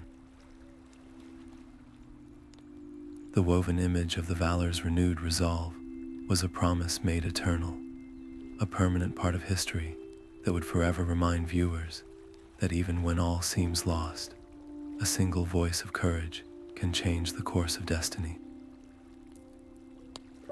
The personal stakes for Vair escalated to their absolute peak. Having tied his own essence so completely to Eärendil's success, the Weaver's survival was now contingent on the next, inevitable phase of the story. He had woven the answer to the plea. Now, he had to weave the consequences of that answer. The energy in the loom shifted from the tense stillness of a plea, offered to the gathering, thunderous momentum of a promise about to be kept.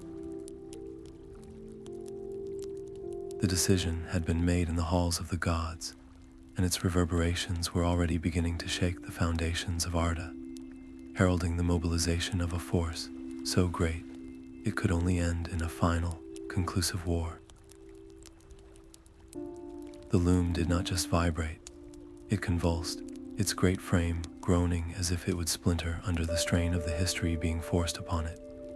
Vair's hands, already scarred and translucent from ages of toil, now moved in a frantic, desperate dance, clutching threads that burned with the heat of cataclysm and hummed with the cold resonance of final justice.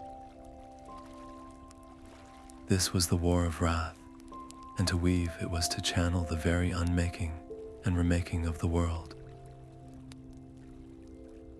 He drew filaments of volcanic black for the host of the Valor descending upon Beleriand, strands of blinding white for the fury of Eärendil battling the great dragon Ankalagan in the heavens, and cords of deep, churning blue for the oceans themselves rising up in tumult, swallowing entire regions of the broken continent. The scale was incomprehensible, a symphony of destruction that dwarfed all previous conflicts, and every pass of the shuttle sent a shockwave of pure energy back through Vair's arms, rattling his bones and threatening to tear the very threads from his grasp. His own essence, already perilously thin, felt stretched over the entire horrific spectacle, a taut membrane feeling every death, every quake, every cataclysmic blow. He was not just recording the war, he was a battlefield upon which it was being fought, his spirit, the terrain being scarred by the events he depicted. This immersion in absolute devastation presented him with his most severe artistic and moral challenge yet. The sheer, awesome power on display, the dragons falling like meteors, the mountains crumbling, the dark fortress of Angband being torn asunder possessed a terrible, dark grandeur. It would be so easy to let the tapestry become a celebration of that power, a glorification of the Valor's ultimate victory that focused on the spectacular downfall of the enemy. But Vair knew that to do so would be to commit a profound lie. The truth of this war was not in the triumph of the few, but in the obliteration of the many. The true story was not the death of Melkor, but the drowning of Beleriand itself, the loss of forests, cities, and countless thousands of lives, both great and small, that were simply gone. Weaving that truth meant constantly resisting the seductive pull of the epic and forcing his hands, and the viewer's gaze, toward the human and elven cost. He had to show the world-breaking force without letting it eclipse the world that was broken. His resolution to this dilemma defined the entire character of this final, terrible conflict. He made a conscious, deliberate choice to turn his focus away from the titans clashing in the sky and toward the ground. His hands, though screaming for respite, carefully sought out threads of muted brown and faded green, the colors of the earth itself. He wove not the glorious charge of the host of Valinor, but the moment a simple, unnamed elven soldier from a ruined kingdom clutched a token from his lost home as the waves took him. He did not magnify the figure of Beren while leading the armies, but instead used a tiny, brilliant speck of gold to capture a mortal family, huddled together in a cave, sharing their last piece of bread as the world ended outside. He depicted the sacrifice of the many, the collective price paid for a victory most of them would not live to see. He wove the land itself as a character, showing its pain and its slow, violent submergence, ensuring that the tapestry would forever remember not just who won, but what was lost to achieve it. In doing this, the work transformed into something far greater than a historical account. It became a collective memorial, a woven grave marker for an entire age and everyone and everything in it. This act of sacred remembrance pushed Vair's endurance to its absolute breaking point. The emotional toll of honoring every single loss was immeasurable. Each tiny thread of sacrifice he placed into the pattern felt like it was drawn directly from his own soul, until he felt as hollow and ravaged as the landscapes he was depicting. His body trembled uncontrollably, his vision blurred, and he operated on a level of instinct far beyond conscious thought, guided only by his unwavering vow to truth. The stakes had never been higher, for the tapestry itself was being transformed. It was no longer just a record of events leading to a conclusion. It was becoming a permanent document of rebirth through absolute ruin. It showed that from the fires of total war and the waters of utter destruction, something new and cleansed could emerge, but only after an unimaginable price had been paid. Vair's own struggle mirrored this theme. He was being unmade by his work, his strength spent, his form fading, so that this new, cleansed record could exist. As the last threads of the war were set in place, the final defeat of Melkor, the calming of the seas, the emergence of a new coastline, a profound, echoing silence fell over the Loom. The cataclysm was over, the age of legends had ended, and from the settled waters and the quieted earth, a different, gentler energy began to emanate, the slow, steady pulse of a world catching its breath and preparing to begin again. The cataclysmic upheavals of the War of Wrath finally settled into a profound, echoing quiet, and for the first time in what felt like an eternity, Vair could draw a breath that did not taste of ash or resonate with the screams of the fallen. The world itself had been broken and remade, its coastlines reshaped, its darkest fortress cast down, and now a new chapter was beginning, the Second Age. His hands, which had trembled for so long with the strain of channeling pure destruction, now moved with a slower, more deliberate rhythm. He reached for threads that felt like the first warm sunlight after a long winter, filaments of soft green for the new growth spreading over the cleansed earth, and strands of a clear, calm blue for the seas that now lapped against shores free of shadow. This was an age of renewal, and the very act of weaving it was a balm to his ravaged spirit. He depicted the rise of the great island kingdom of Númenor, a gift to the Edain from the Valor for their loyalty.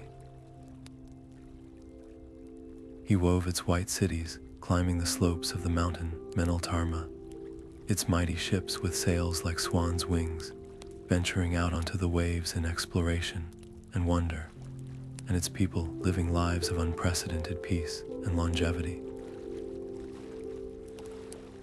Alongside this, he captured the spreading of the elven realms in Lindon and later Eärendil, their power and craft flourishing in the absence of their ancient enemy. The quieter, more graceful pace of this weaving allowed a measure of his own spent energy to return, a slow trickle of strength that eased the deep ache in his bones and made the light of his form glow a little less faintly. He was, for a moment, not a warrior at a loom, but simply a chronicler of a golden dawn. Yet, even as his hands shaped these scenes of idyllic prosperity, his eyes, the eyes that had witnessed every hidden fracture and subtle corruption since the very beginning, remained watchful. The shadow was gone, but was it truly, or had it merely retreated, changed its form, and learned a new, more patient kind of predation? This vigilance created a constant, low hum of tension beneath the peaceful surface of his work. His greatest challenge in this new age was a delicate and insidious one. How could he truthfully capture this hard-won peace, this deserved era of flourishing, without weaving a narrative of naive complacency? To present Númenor as a perfect, untouchable paradise would be a dangerous falsehood, one that would leave any future viewer completely unprepared for the tragedies he could already sense stirring in the depths of time. He knew that within this very gift lay the potential for its own undoing, the longevity, the power, the separation from the struggles of Middle-earth. All of it could curdle into something else entirely. The peace was real, but it was not simple, and his duty was to show that complexity. This understanding guided his most crucial decision for this section of the tapestry. He would weave the glory of Númenor in all its breathtaking detail, but he would also, with the subtlety of a master, begin to embed hidden warnings directly into the pattern of its triumph. As he depicted the mighty Númenorian ships, he wove a single, almost imperceptible thread of storm gray into the weave of their sails, a hint of the arrogance that could grow from such mastery of the seas. In the grand halls of the king's court in Armanelos, where he showed the people receiving wisdom from the Elves of Eärendil, he subtly twisted a few threads in the intricate mosaics on the walls, creating a faint, dissonant pattern that suggested a future pride that would reject all counsel. He wove the grandeur of their architecture, but in the foundations of their tallest tower, he hid a single, dark filament, a seed of the looming shadow that would one day fall across the land. These were not flaws in his craftsmanship. They were prophecies in thread, placed with a heavy heart by a weaver who loved the beauty of what was, but could not ignore the truth of what might be. This act of foresight marked a fundamental evolution in Vair's purpose. The tapestry was no longer a linear record of what had been. It now spanned ages, connecting the first to the second, and his role was expanding to match its scope. His memory, his perfect recall of every event since the music of the Ainur, was now coupled with a new and terrible responsibility: foresight. He was no longer just preserving the past, he was preparing the future. He had to use his understanding of history's patterns, how pride follows power, how isolation breeds fear, how the refusal of death can create a hatred of life, to encode lessons within the glory. The stakes of his eternal task escalated into a new, more profound dimension. The tapestry was becoming a guidebook for survival, a complex text that required its readers to be as wise and vigilant as its writer. Its value now lay not just in its accuracy, but in its layers of meaning, and Vair's own spirit was the loom upon which those layers were built. The island kingdom shone on the loom, a jewel set in the sun-drenched sea, its people at the height of their power and grace. But for Vair, watching the play of light over the warnings he had so carefully hidden, its splendor was already touched by a profound melancholy, for woven into the very heart of its piece, clear to any who knew how to look, were the unmistakable seeds of its own magnificent and tragic downfall. Vair's hands, which had so carefully woven the hopeful dawn of the Second Age, now moved toward a section of the tapestry that demanded a far more complex and sorrowful palette. He reached for threads that shimmered with the brilliance of a civilization, at its peak gleaming gold for the towers of Armenilos, silver for the ships that mastered every sea, and a rich, vibrant white for the wisdom that once flowed from its people. This was the glory of Númenor, and he poured his admiration into its depiction, crafting an island of such breathtaking beauty and achievement that it seemed to outshine even the memory of Valinor itself. He wove the Númenorians at their height, great explorers mapping the world, healers extending the gift of life, and scholars preserving the knowledge of elves and men. The section glowed with a proud, warm light, a testament to the magnificent potential of humanity when blessed with grace and longevity. But as the centuries of tapestry time unfolded, Vair's hands were forced to seek other materials. The gleaming gold threads began to twist, taking on a harder, more arrogant glint. The silver filaments grew cold and sharp, reflecting not exploration, but domination. He introduced threads of a deep, unsettling ochre for the growing pride of the kings, and coarse, dark fibers for their envy of the immortal life denied to them. The wisdom in the weave curdled into cunning, the reverence for the valor soured into resentment, and the humble acceptance of their gift transformed into a furious entitlement to more. Vair's heart grew heavy as he worked, his own spirit feeling the weight of their collective turning. He was not just recording a political shift, he was channeling a spiritual decay, and the emotional drain was profound. Each thread of defiance he laid down felt like a personal loss, a beautiful dream slowly and deliberately poisoning itself. This presented him with a torturous conflict of portrayal.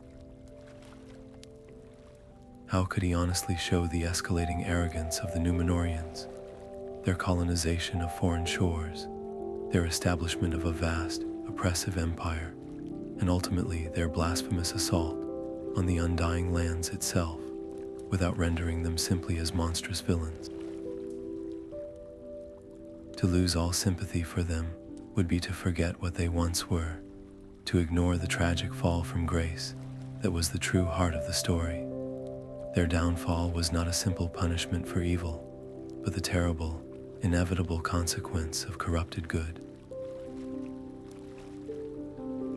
Vair had to make the viewer understand that the men who sailed their immense armada toward the forbidden shores were the same, in lineage and origin, as the noble, faithful Edain who had stood against Morgoth.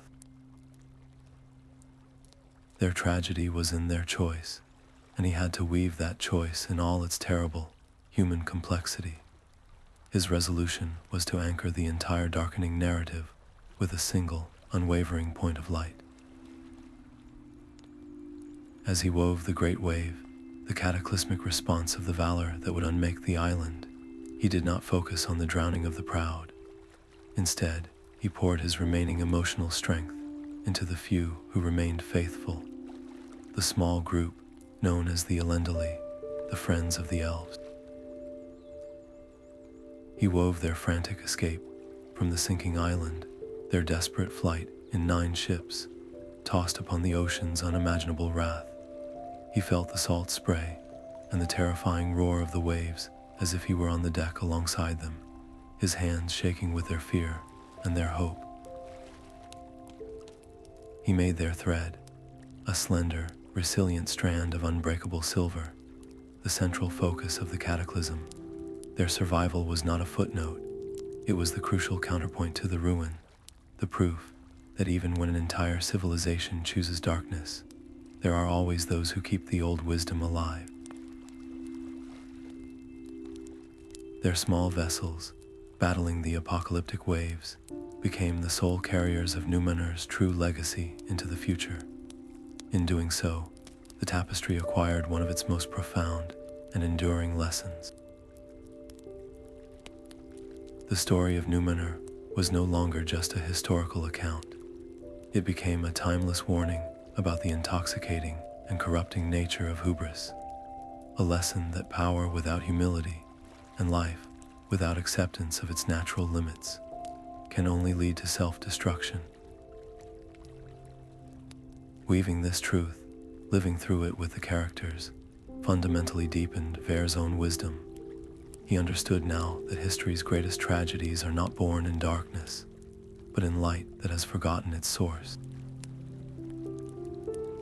The stakes of his work were no longer about preserving events, but about preserving their meaning for all who would come after, a permanent caution etched in thread and memory. As the last thunderous threads of the ocean's wrath settled into a calm, endless blue, the great island was gone, its glory and its folly both swallowed by the sea. Yet the resilient silver thread of the faithful did not break. It continued, weakened but unyielding, carried by the currents away from the abyss and toward the shadowy shores of Middle-earth, where it would seek a new beginning.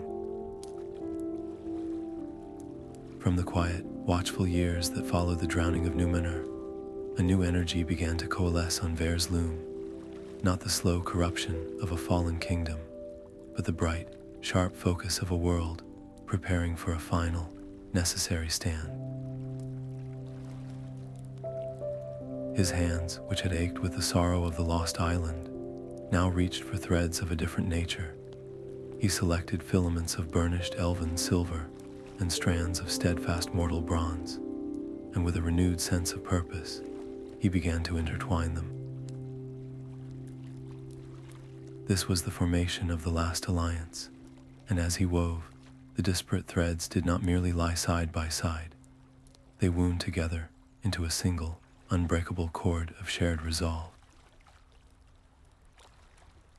He captured the mustering of the great host, the shimmering ranks of Gil-galad's elves from Lindon, their armor gleaming with a cold, ancient light, and the rugged, determined battalions of men led by Elendil the Tall, the heir of Númenor's faithful, their faces set with the grim knowledge of what they faced. The very act of weaving this union sent a jolt of pure, heroic energy coursing back through Vair's arms.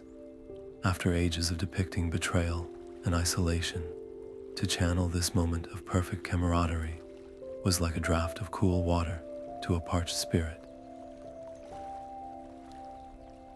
He felt a surge of strength, not his own, but drawn from the collective hope and determination of the armies he was portraying, a temporary reprieve from the relentless drain on his essence. Yet, even as his hands flew with this gifted vigor, his heart, the eternal guardian of truth, held a painful tension. He was weaving a banner of magnificent hope, but he alone knew the precise cost at which that hope would be purchased.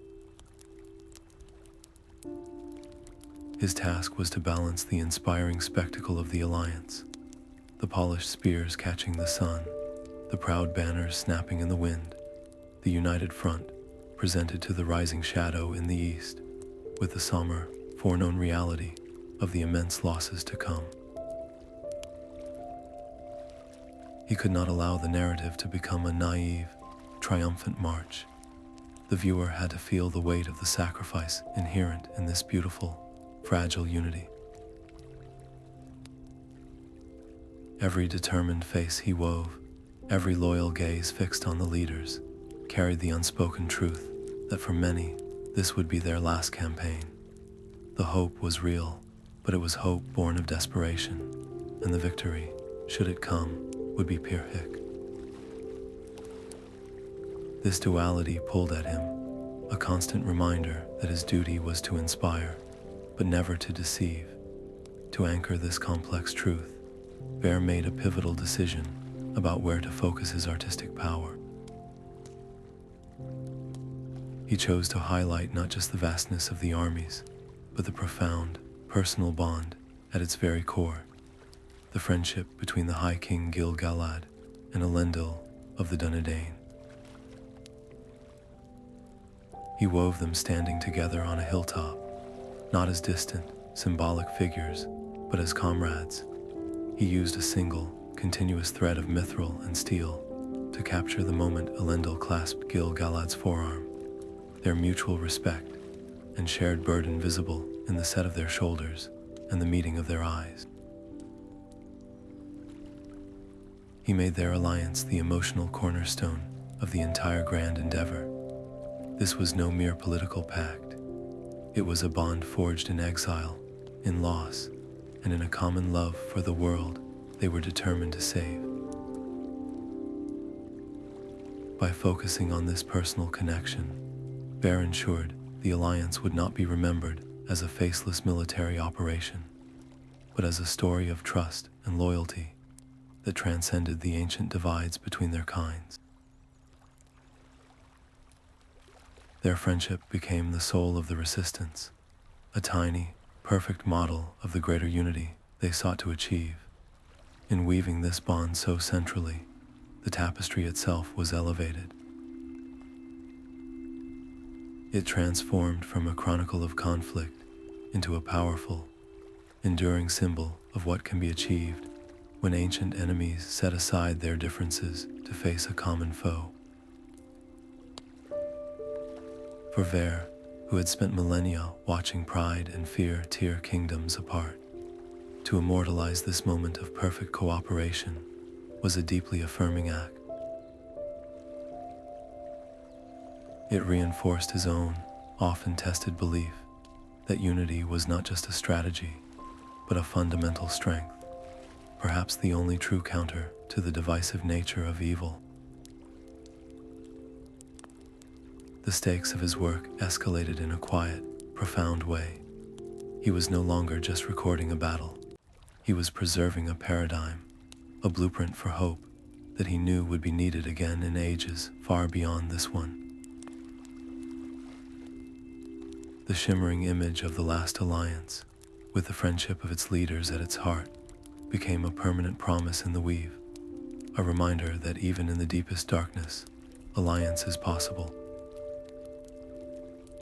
And with that promise firmly woven into the fabric of history, the narrative energy of the Loom began to pull inexorably south and east, toward the dark lands of Mordor.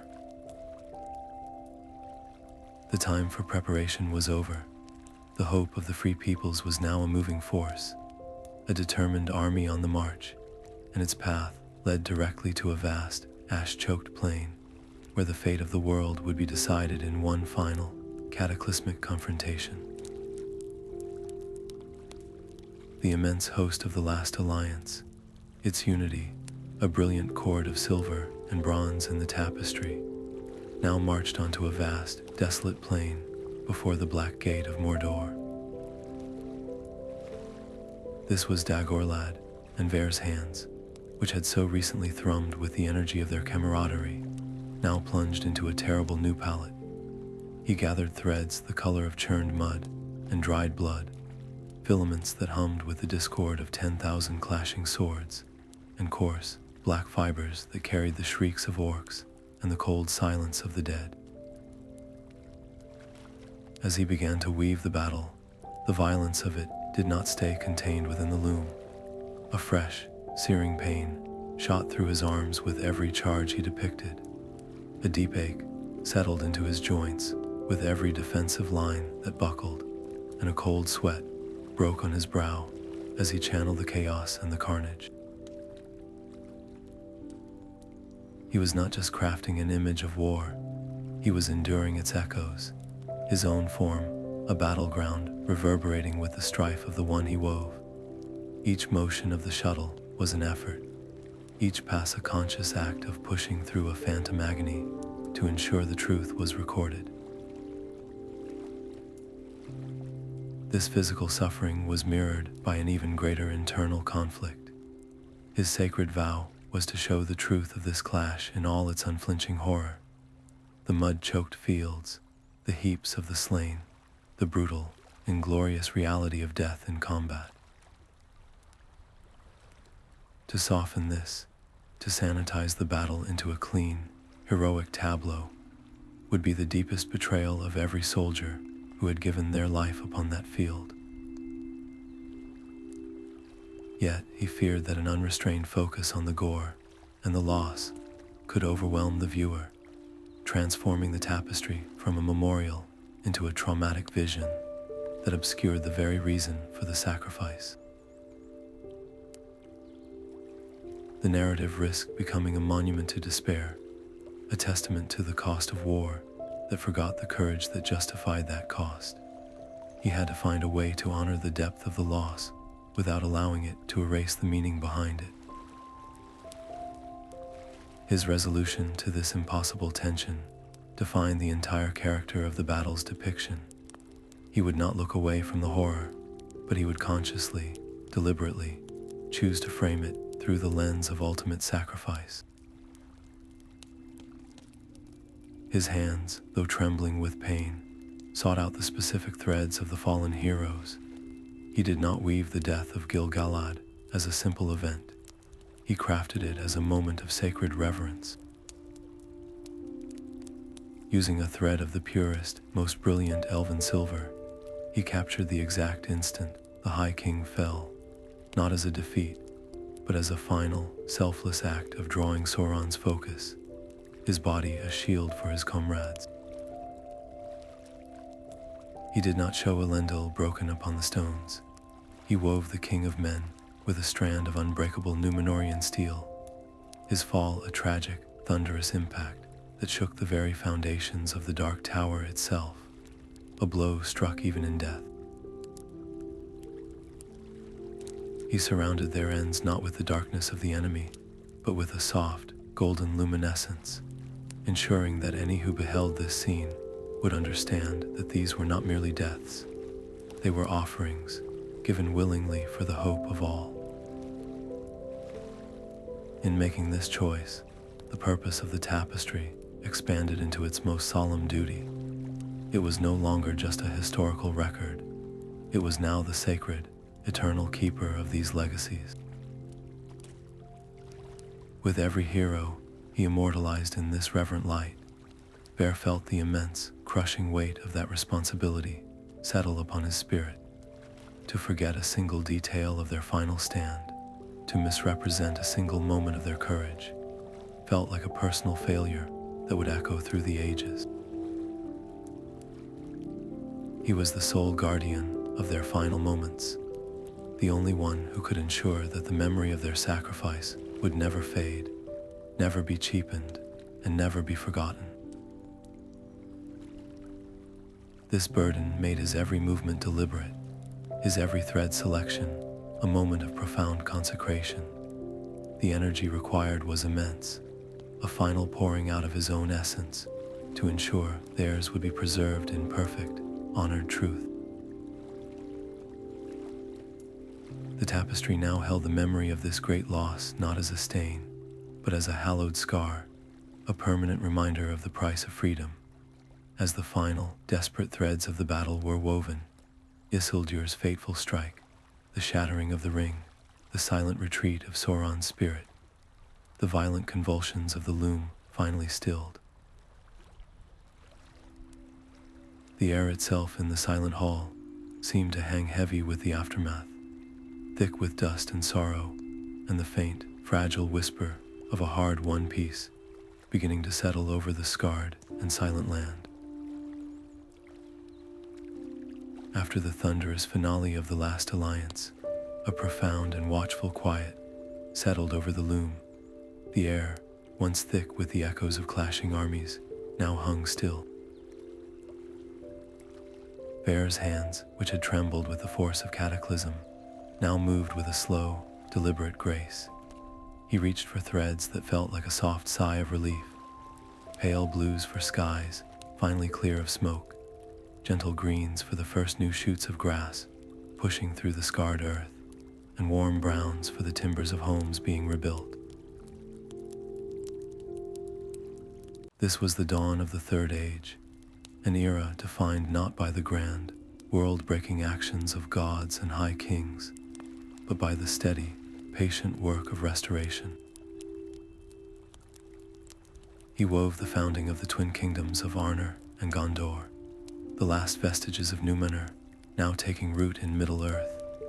He depicted the slow return of the Elves to their refuges in Rivendell and the Greenwood, their joy tempered by a deep, abiding sorrow for all that had been lost.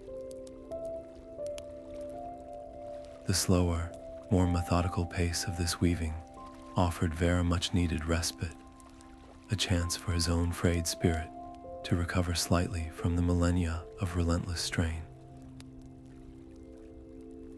For the first time in an age, he could pause, his hands resting on the silent frame, and simply observe the vast, intricate history he had created, tracing the patterns of rise and fall, of courage and folly, that stretched back to the very first thread of Starlight. This period of reflection, however, was not a peaceful one, as his gaze traveled across the sprawling tapestry, from the glorious, lost island of Númenor to the fallen heroes on the fields of Dagorlad. A deep and persistent unease took root in his heart. The piece he was weaving felt fragile, almost deceptive. The great enemy had been defeated, his physical form broken, and his ring cut from his hand. But Vair, the eternal witness, knew that a spirit of such malice did not simply cease to be. It lingered, it waited. The shadow was not gone. It had merely retreated, coiling itself in a hidden corner of the world, nursing its wounds and its hatred. This knowledge created a constant, low hum of tension beneath the surface of his work. His challenge was no longer to capture epic clashes or divine interventions, but to convey the slow, creeping passage of centuries while maintaining a sense of that lurking, unseen danger growing steadily in the distant east. He could not weave the Third Age as a simple tale of recovery. He had to imbue every scene of peace with a subtle, underlying current of vigilance. This led Vair to one of the most nuanced decisions of his long labor. He could not show Sauron's return openly, for it was not yet a visible event. Instead, he chose to hint at it. With the delicate touch of a master, he began to weave faint, almost imperceptible shadows at the very edges of his scenes. In the weave of a bountiful harvest festival in Gondor, a single, gray thread would subtly darken the corner of a banner, as if a cloud had passed briefly over the sun. In a depiction of the Elven Council in Rivendell, he wove a few strands of a discordant, chilly silver into the otherwise warm tapestry of their discussion, a visual whisper of a concern they could not yet name. In the lush, green weave of the great forest, he introduced a sparse, sickly yellow tinge to the leaves deep in its southern reaches, a blight so slight one might miss it entirely. These were not flaws in his work. They were carefully placed warnings, clues for those with the wisdom to see them. The tapestry was transforming from a mere record into a prophetic text, a puzzle that challenged future generations to be observant, to read the signs, and to understand that peace is not a permanent state, but a vigil. With this choice, Vair's own role evolved once more. He was no longer a passive chronicler or a weary guardian. He became an active guide. His purpose was to ensure that the children of this new age would not be caught unawares. He was weaving a lesson from the past directly into the fabric of the present, trusting that someone, someday, would look upon these faint shadows and understand their terrible significance. The stakes of his task escalated into a new, more subtle dimension. The survival of the free peoples might one day depend on a scholar, a leader, or a simple hobbit, discerning the pattern he had so carefully hidden in plain sight. The weight of this responsibility was immense, a silent burden that he carried alone. The quiet centuries of the Third Age continued to unfold on his loom, a beautiful and hopeful portrait of resilience, yet forever tinged with the melancholy of his secret knowledge. And as the years turned, and the kingdoms of men grew strong and perhaps a little complacent, the faint shadows at the edge of the weave began, ever so slowly, to deepen and coalesce. The watchful peace was ending. The shadow in the east was gathering its strength, and from the quiet corners of the world, unlikely heroes would soon be called to rise and meet it. The quiet, watchful years of the Third Age were shattered by a new and insidious pressure on the loom, a darkness that grew not from without, but from a small, golden circle of absolute power. Vair's hands, which had woven the rise and fall of kingdoms, now trembled as they reached for a thread so malevolent it seemed to suck the very light from the air around it, a slender, deceptively simple band of burnished gold that hummed with a singular, terrible will. This was the One Ring, and to weave its journey was to invite its corruption into his own soul. As he began to trace its path from the mud of the Anduin to the cozy confines of Bag End, a cold, cloying weight settled upon his spirit. The ring's influence was a constant, whispering presence at the edge of his thoughts, a seductive promise of ease and dominance that sought to turn his sacred task into a monument to its own glory. Every time his shuttle passed over its thread, he felt a pull, a desire to magnify its power, to make its presence the central, overwhelming focus of the tapestry, to let the story become solely about the ring's terrible majesty. Resisting this urge was a battle in itself, a constant strain that drained him in a way no physical conflict ever had. The weave for this chapter became a treacherous, perilous landscape, each decision a potential misstep into the very darkness he was striving to record. This internal struggle defined the entire character of the Fellowship's journey. His sacred duty was to show the overwhelming, soul-crushing power of the evil. They faced the relentless pursuit of the Black Riders, the crushing weight of the burden on Frodo's spirit, the corrosive doubt that ate at each member of the company. The truth was a tide of shadow, threatening to drown all hope. Yet, he knew that to let that shadow dominate the narrative would be to grant the ring a victory within the memory of Middle-earth itself. His loom would become a tool of the enemy, immortalizing despair. The tension was excruciating. He had to find a way to be honest about the scale of the threat, without allowing that threat to extinguish the fragile, essential light of the free peoples. The story's truth was not in the ring's power alone, but in the resistance against it, no matter how small or seemingly insignificant. His resolution was as deliberate as it was difficult. He would not give the ring's thread the prominence it craved.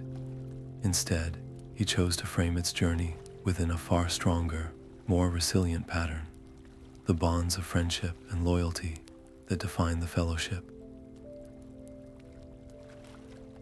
He began to weave with threads of a different nature, a warm, earthy brown for the steadfast loyalty of Samwise Gamgee, a vibrant green for the youthful courage of Merry and Pippin, a sturdy gray for the enduring strength of Aragorn, and a cool, clear blue for the wisdom of Gandalf. He did not just show the 9 companions walking, he wove the invisible cords that connected them. He captured the moment Sam refused to let Frodo go to Mordor alone, not as a simple act of service, but as a brilliant, defiant spark of love that pushed back the shadows of Cirith Ungol. He depicted Boromir's fall and redemption at Amon Hen, not as a mere tragedy, but as a heartbreaking testament to the ring's power and the ultimate strength of a man's honor. His final words of defense for Merry and Pippin, woven with a thread of reclaimed valor. These connections became the true counterweave to the ring's corruption, a network of light that held firm even as the burden grew heavier and the path grew darker. In making this choice, Vair understood he was weaving the climax of his entire life's work. The tapestry was vast, its patterns stretching back to the first light of the lamps, and every thread of loyalty, every act of courage from ages past, seemed to be culminating in this one fragile quest. The fate of every story he had ever told of Beren and Lúthien, of the last alliance, of Númenor's glory and ruin, now hung on the success of this small band of friends. The weight of that collective history pressed down upon him, testing his endurance to its absolute limit. His form, already nearly translucent from millennia of toil, flickered like a candle in a strong wind. Each pass of the shuttle was an act of sheer will, a final expenditure of his essence to ensure that this, the most important story of all, would be remembered not for its darkness, but for the love that overcame it. He was not just finishing a tapestry, he was securing the meaning of all that had come before, tying every age together into a single, unbreakable cord of hope that now stretched, taut and fragile, toward the fires of Mount Doom. The final outcome was yet unwoven, the pattern incomplete, and the destiny of all Middle-earth truly did hang by a single, trembling thread. The loom convulsed as if caught in the throes of the very war it depicted. Vair's hands, which had trembled under the subtle corruption of the ring, now flew in a frantic, desperate dance, grappling with threads of pure chaos and blinding courage. This was the battle of the Pelennor fields, and to capture its scope was to channel a storm. He snatched filaments of oppressive, iron gray for the vast siege lines of Mordor, threads of sickly, poisonous black for the Nazgûl circling overhead, and cords of deep, blood crimson for the ground churned to mud by the boots of the hopelessly outnumbered defenders. The sheer intensity of the event poured, through him, a relentless current of violence and fear that manifested as a cold sweat on his brow and a violent tremor in his fingers. His movements were no longer the graceful, deliberate passes of a chronicler. They were the jerking, urgent motions of a man trying to contain a cataclysm, his shuttle darting and stabbing as he struggled to keep pace with the simultaneous, sprawling tragedies and triumphs unfolding across the field. His profound challenge was a torturous balancing act of perspective and truth. He had to convey the overwhelming, soul-crushing chaos of the battle, the crush of orcish steel against the gates of Minas Tirith, the despair in the eyes of the city's defenders as their walls were breached, the sheer, terrifying scale of the loss. To shy away from this reality would be a betrayal of those who endured it. Yet, he knew that to let the darkness and the chaos dominate the weave would be to create a record of pure despair, one that would extinguish hope in any who beheld it. The tapestry could not become a monument to the power of the enemy. It had to be a testament to the courage that defied it. He had to find, within the maelstrom, those singular, luminous moments where the tide of battle was not just held, but turned by an act of sheer, defiant will. This understanding guided his hands to two specific, brilliant points of light amidst the gloom. First, he wove the charge of the Rohirrim. He did not just depict horses and riders, he channeled the very essence of their hope. Using threads of sun gold and forest green, he captured the moment King Theoden shook off the shadow of despair, his voice a silent, woven roar that galvanized his knights. Vair poured the energy of a rising sun into their descent onto the Pelennor, the thunder of hooves, not a sound but a vibration in the very threads of the tapestry, a wave of cleansing fury that shattered the enemy's northern flank. He made Theoden's end not a simple death, but a sacred sacrifice, the old king falling not in defeat, but in triumphant defiance, his thread of life merging with the soil of the field he died to save, ensuring his spirit would forever be part of its strength. Then, as if answering the king's final act, Vair's shuttle flew to a second, even more stunning beacon. He found a thread of the purest, most unexpected silver, a strength that was not in brute force, but in unwavering love and protective fury. This was Éowyn's stand. He wove her, not as a warrior woman in a simple act of rebellion, but as the embodiment of a different kind of power. He captured the moment she stood between the Lord of the Nazgul and her fallen uncle, her defiance a brilliant, piercing light that made the Witch King's shadow recoil. Her famous words, "I am no man," were not spoken in the tapestry, but were instead woven as a visible, shimmering wave of truth that unraveled the dark magic shielding her foe. When Mary's blade struck from the shadows, Vair used a humble, steadfast brown thread, showing that even the smallest and most overlooked hands can change the course of history when acting in loyalty. Together, their combined actions became a single, brilliant star of hope, exploding in the heart of the darkness, a turning point so potent it seemed to reknit the very fabric of fate. As he set these final, glorious threads in place, a miraculous shift occurred. The tapestry, which had been vibrating with the dissonant energy of despair and conflict, suddenly stilled, humming with a new, powerful frequency, the energy of salvation. Vair felt it flow back into him, not as a drain, but as a gift. It was the collective gasped hope of every man, woman, and child in Minas Tirith as they saw the Rohirrim arrive. It was the fierce joy of the riders of Rohan as they broke the siege lines. It was the stunned, dawning belief that victory, against all odds, was possible.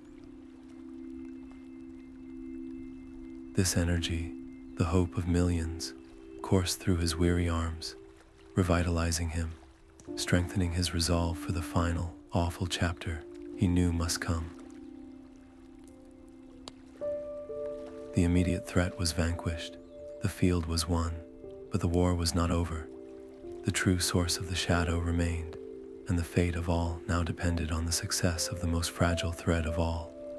Two small figures moving through the ashen wastes, toward the one place where the ring could be undone. All the hope of the free peoples, all the sacrifice of ages past, every thread of courage and love Vair had ever woven, now converged on a single, terrible point within the tapestry. His hands, which had trembled for the charge of the Rohirrim, now grew still with a dreadful, focused calm. He reached not for threads of fire or shadow, but for filaments of pure, unadulterated sacrifice, and a strange, shimmering thread that felt like ultimate release. This was the end of the quest, the climax of the Third Age, and it demanded a reverence that silenced even the loom's eternal hum. He wove the two small hobbits, Frodo and Sam, not as grand heroes, but as broken, determined figures crawling up the agonizing slopes of Mount Doom. He used a thread of frayed, exhausted brown for Sam's unwavering loyalty, carrying his master both physically and spiritually, and a filament of nearly transparent gray for Frodo, whose will was almost completely extinguished, a vessel now for the ring's overwhelming malice.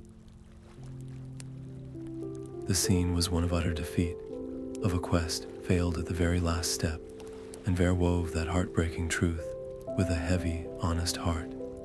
Then came the final, chaotic struggle in the cracks of doom. Vair introduced the twisted, pitiful thread of Gollum, a being of pure, addicted want, his thread snapping and lashing as he fought for his precious. He wove the moment not as a heroic act, but as a tragic, inevitable accident. A bite, a severed finger, a shriek of terrible triumph that immediately curdled into absolute despair as Gollum, clutching his prize, teetered on the edge and fell into the fire. The instant the ring touched the lava, a cataclysmic shock wave, utterly silent and yet more powerful than any sound, erupted from that point in the tapestry. It was the release of Sauron's concentrated will, a wave of nullifying energy that did not destroy, but unmade. The force of it hit Vair like a physical blow. The loom shuddered violently, and Vair cried out, his knees buckling as he nearly collapsed against its frame, his own light flickering dangerously. He felt the very foundations of magic in the world groan and shift, a permanent dimming of a power that had defined an age. As the violent tremors subsided, leaving a strange, ringing silence in their wake, Vair faced a profound and complex challenge of portrayal. This was a victory, yes, but it was not clean, it was not glorious, and it left no one unscathed. He had to capture the sheer ambiguity of this moment, the immense, world-altering relief, warring with the deep, personal trauma of the survivors. He could not weave a simple celebration. Instead, he showed the hobbits, huddled on a crumbling rock amidst the erupting mountain, not cheering, but holding on to each other in exhausted, shell-shocked silence. They had saved the world, but they were forever broken by the effort. He wove the distant cheers in Minas Tirith and the silent, grateful tears in Rivendell, but he balanced them with the empty, ashen feeling of a great, terrible purpose now fulfilled, leaving a void in its wake. The cost of this victory was etched on every face, and Vair made sure that cost was the true center of the narrative. In making this choice, Vair decided the heart of this entire epoch-defining story would not be found in the power of kings or wizards, but in the quiet, resilient humility of the hobbits. He focused his fading energy on them. He wove Samwise Gamgee not as a warrior, but as a gardener, his hands still trembling from the ordeal, already unconsciously reaching to touch the barren rock, as if seeking life within it.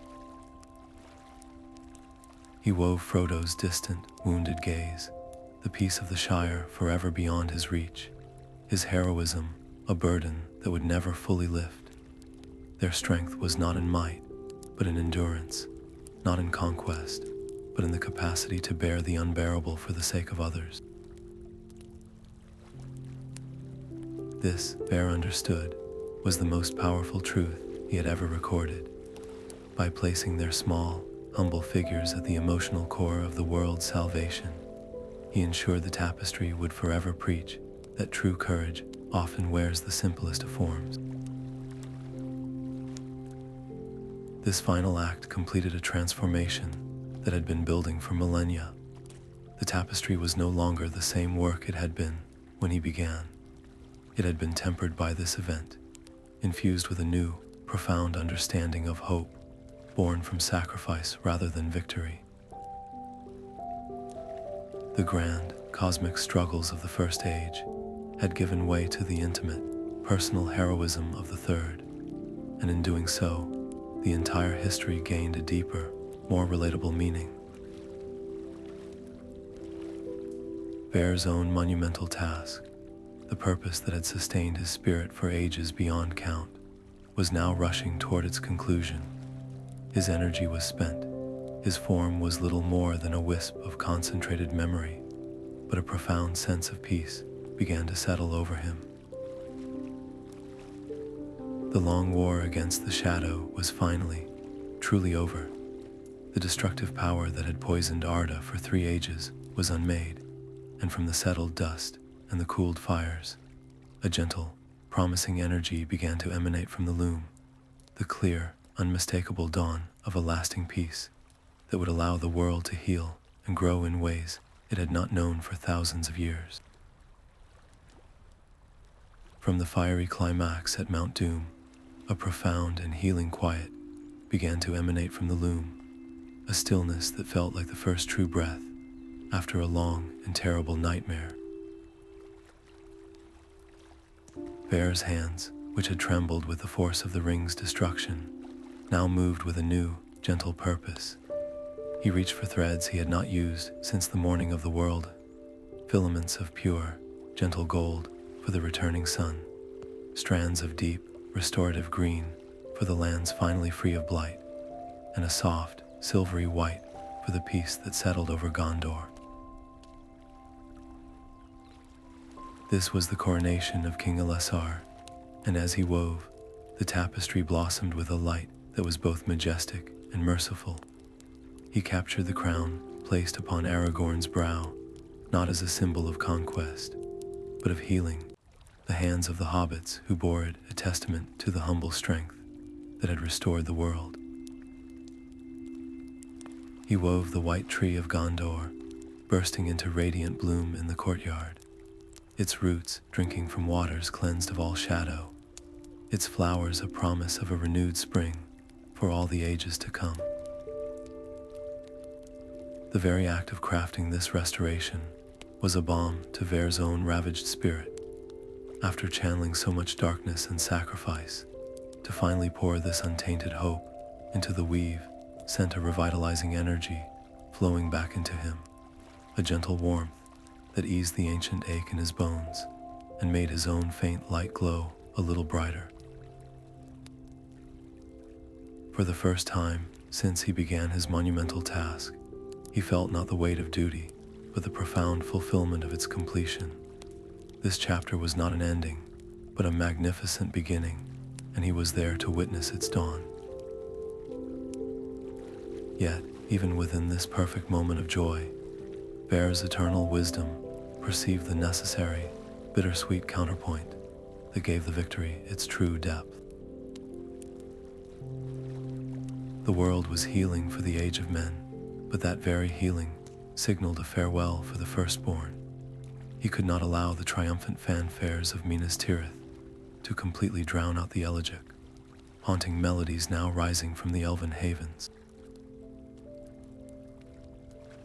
His challenge was to weave these two powerful, opposing emotions, the unbridled joy of a kingdom reborn and the gentle sorrow of a graceful departure, into a single, harmonious chord. To let the elves leaving dominate would cast a pall over the hard-won hope of men, but to ignore it, to brush past their passing in the rush to celebrate the new king, would be a historical and emotional travesty, a disrespect to the ancient beauty that was now taking its leave from the mortal shores. The truth of this age was held in the balance between these two realities, and Vair's hands had to find that perfect equilibrium. This understanding shaped his decisive artistic choice. He would not frame the departure of the elves as a tragic, final ending. Instead, he chose to weave it as a transition, a journey not into oblivion, but toward a different kind of light. as he depicted the white ships gliding from the gray havens, their sails catching the light of a setting sun. He used threads that shimmered with a soft, ethereal luminescence. He showed the faces of Elrond and Galadriel, not twisted in grief, but filled with a peaceful, ancient acceptance. Their gazes turned not back toward the fading shores of Middle-earth, but forward, toward the distant, undying shores of the West. He wove their leave-taking not as a loss, but as a fulfillment of their own long destiny, a homecoming.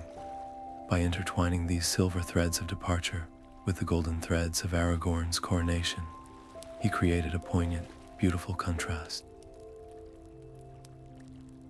The viewer would understand that the flourishing of the Fourth Age was made possible, in part, by the selfless acts of those who were now leaving, and that their legacy was not one of absence, but of a timeless beauty woven permanently into the very fabric of the world they had helped to save. In making this choice, Vair comprehended the immense, culminating scale of his life's work. The tapestry now sprawled before him in its breathtaking entirety, a woven chronicle that stretched from the first silent notes of creation to this very moment of crowning and farewell. It contained every joy, every sorrow, every act of courage and moment of despair that had ever shaped the world. His task, the purpose that had sustained his spirit for millennia beyond counting, was now rushing toward its final, inevitable conclusion. The weight of this realization was immense, a solemn responsibility that eclipsed all others. Every choice he had ever made, every thread he had ever placed, had led to this point. The tapestry was no longer just a record. It was the living, breathing memory of Arda itself, and its final threads would determine how this entire, epic story would be forever understood. His own endurance was nearly spent, his form little more than a wisp of concentrated will and memory, but a profound and peaceful certainty settled over him. The long story was almost complete, as the last echoes of elven song faded over the sea and the first, confident steps of the Fourth Age began on the green earth. Vair turned his attention inward, gathering the final, fading remnants of his own spirit. The age had turned, the world was whole, and now there was only one thing left to weave. And so, with the Fourth Age dawning bright and full of promise for the world of men, Vair's hands were drawn to a different, more bittersweet palette. He reached for threads that held the soft, fading silver of twilight, and filaments that hummed with the poignant ache of a long farewell. This was the passing of the Elves, their final departure from the harbors of Middle-earth to the undying lands across the sea. As he began to weave, the tapestry was filled with a profound, aching beauty that brought a silent tear to his own ethereal eye. He captured the last gleaming white ships at the gray havens, their sails like captured moonlight, and the figures upon them, Elrond, Galadriel, and all the fair folk, turning their faces not in sorrow, but with a deep, quiet longing for the home that had called to them for millennia. Vair felt that longing resonate within his own spirit, a shared melancholy for an age of wonder that was now irrevocably closing, its magic receding from the world like a tide. This moment presented him with a delicate and profound emotional balance. He had to convey the deep, resonant sadness of this ending, the emptiness that would linger in the woods of Lothlorien, the silence that would fall over the halls of Rivendell, the profound loss felt by those who remain. It was the closing of a chapter that had defined the very essence of Arda for thousands of years. Yet, to let that sorrow dominate would be to cast a shadow over the new beginnings he had just woven for the race of men. He could not allow the grief of the leaving to eclipse the hope of what was to come. The truth of this transition was held in that very tension, the graceful acceptance of an ending that makes a new beginning possible. His hands moved with incredible care, ensuring that every thread of elven sorrow was woven alongside a thread of peaceful resolution, every tear of farewell balanced by a smile of gratitude for the time that had been shared. To achieve this, Vair made a critical decision about the focus of his weave. He chose not to center the narrative on the ships, sailing away into the horizon, which could feel like a simple vanishing. Instead, he focused on the legacy the elves were leaving behind, physically weaving that essence into the very land of Middle-earth itself. He took threads of the elves' own light, the silver of Starlight on the waters of the Cuiviénen, the gold of the Malorn leaves in Lúthien, the vibrant green of the forests they had nurtured, and he did not let them leave the tapestry. With a gentle, pressing motion, he worked these luminous threads down into the weave of the earth, into the stones of the rebuilt cities, into the hearts of the great trees, and into the spirits of the men and hobbits who would tend the world now. He showed that while the elves themselves were departing, their grace, their love of beauty, and their ancient wisdom would remain as a permanent gift, a foundational layer in the very soil of the new age. This act of embedding their legacy transformed the tapestry once more, elevating its purpose. It was no longer a simple record of sequential events. It had become a living bridge between the ages. It connected the mythical, magical past of the firstborn directly to the mortal, hopeful future of humankind, showing that one flowed seamlessly into the other, each nourished by the same fundamental truths of courage and beauty. In doing this, Vair's own role was finally and completely affirmed. He was not merely a chronicler of isolated stories, but the essential connector of all stories, the weaver who ensured that no era was forgotten or abandoned, that every ending was understood as part of a greater, continuous whole. The departure of the elves under his careful hands was not an erasure, but an embedding. Their song was ended, but its melody would echo in every river and every forest for all the ages of the world to come. And with that final, graceful thread set into the pattern, the last of the ancient magic faded from the shores, leaving the land quieter, perhaps, but immeasurably richer for their having been there. The loom fell silent for a long moment, the poignant scene complete. Then, with a slow, deep breath that was both a sigh for what was lost and a steadying of his spirit for what was to be built, Vair turned his unwavering gaze away from the empty harbor and toward the bustling cities and verdant fields where the next great story, the story of the Age of Men, was already beginning to unfold. With the gentle departure of the elves, still a soft silver echo in the weave, Vair's hands now moved toward threads that felt fundamentally different, warmer, more vibrant, and humming with a potent, forward-moving energy. He selected strands of rich, fertile brown for the tilled earth of the Pelennor fields, filaments of a strong, vibrant green for the orchards now spreading across Ithilien, and cords of a clear, steady blue for the rivers running clean and untainted by shadow. This was the Age of Men, the dawn of the Fourth Age, and at its heart was the reign of King Elessar. Vair did not weave him as a distant, god-like ruler, but as a man of profound depth and connection. He captured Aragorn, walking not only the polished floors of his court, but also the dusty roads of his kingdom, his hand resting on a farmer's shoulder, his ear inclined to the concerns of a merchant, his gaze taking in the rebuilding of a village bridge with a quiet, knowing pride.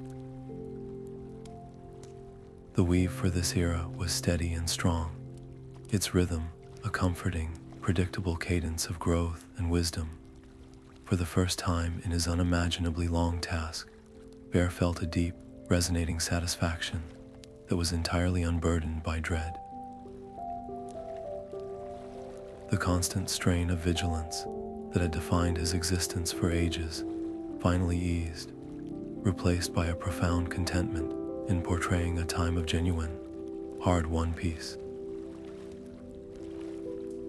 Yet, the weaver's wisdom, earned through the recording of countless rises and falls, prevented him from crafting a simplistic paradise.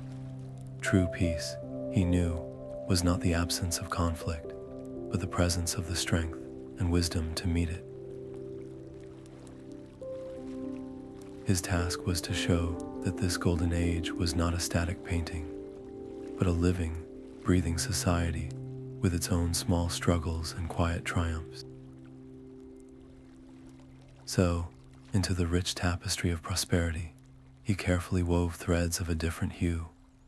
He depicted a minor trade dispute between Gondor and the restored kingdom of Arnor, not as a war, but as a tense council meeting where compromise was reached through patience and respect.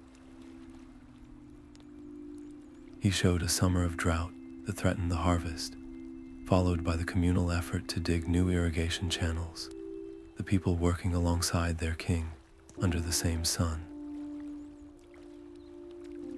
He wove the personal challenges, a young soldier home from the war, struggling to find his place in a world without battle. His healing shone not as a single moment, but as a slow, patient thread of support from his family and community. These were not flaws in the age, but the very proof of its health and resilience, the small fires that temper a people rather than consume them. This commitment to honest complexity guided Vair's most crucial decision for this chapter. He consciously chose to highlight the lessons carved into the very bones of history, ensuring they were visible to any who would later study this woven chronicle. He did not let the memory of the past fade into a pleasant myth. As he wove the white tree in full bloom, he also wove a single, faint, withered branch at its base, a permanent reminder of the tree's near death and the despair that preceded this spring. In the grand libraries of Minas Tirith, he depicted scholars carefully copying not just new tales, but the ancient accounts of Númenor's pride and the fall of Gondolin, ensuring the follies of arrogance and isolation would never be forgotten.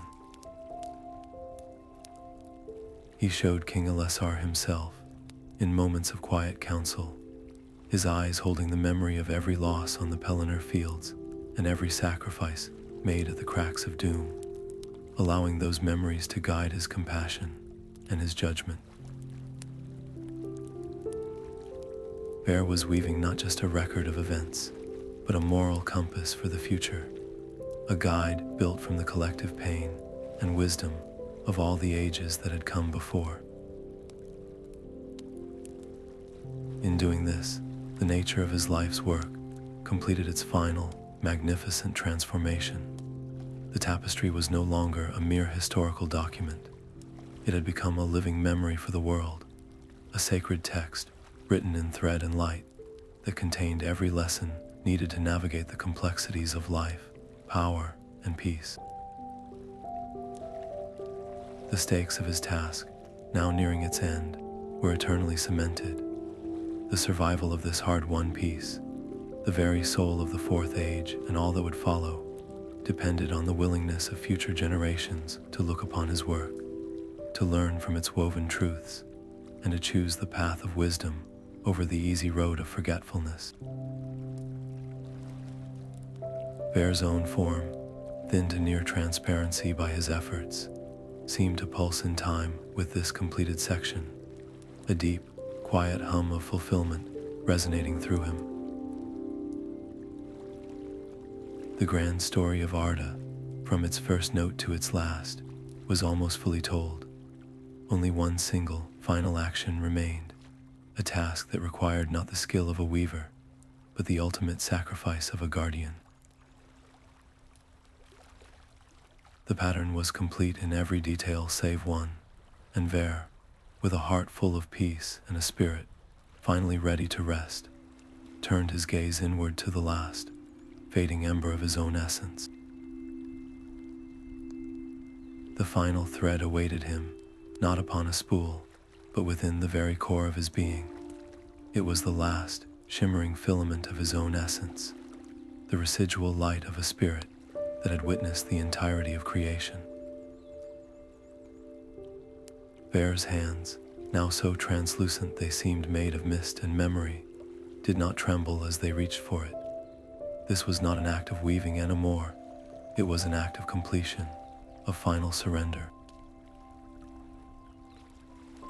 With a motion that was both a release and a gift, he drew that last thread of himself from his chest and guided it into the loom. It settled into the tapestry, not as a color or a texture, but as a pure, humming note of perfect understanding, the final keystone in the vast, arching bridge of time he had built.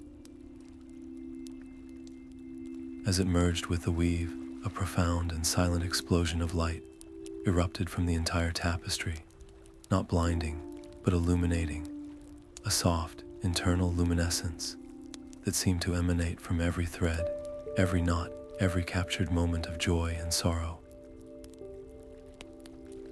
It was the light of truth fully realized, and Vair felt his own life force, his consciousness, his very self, flow into that light, blending with the memories he had preserved.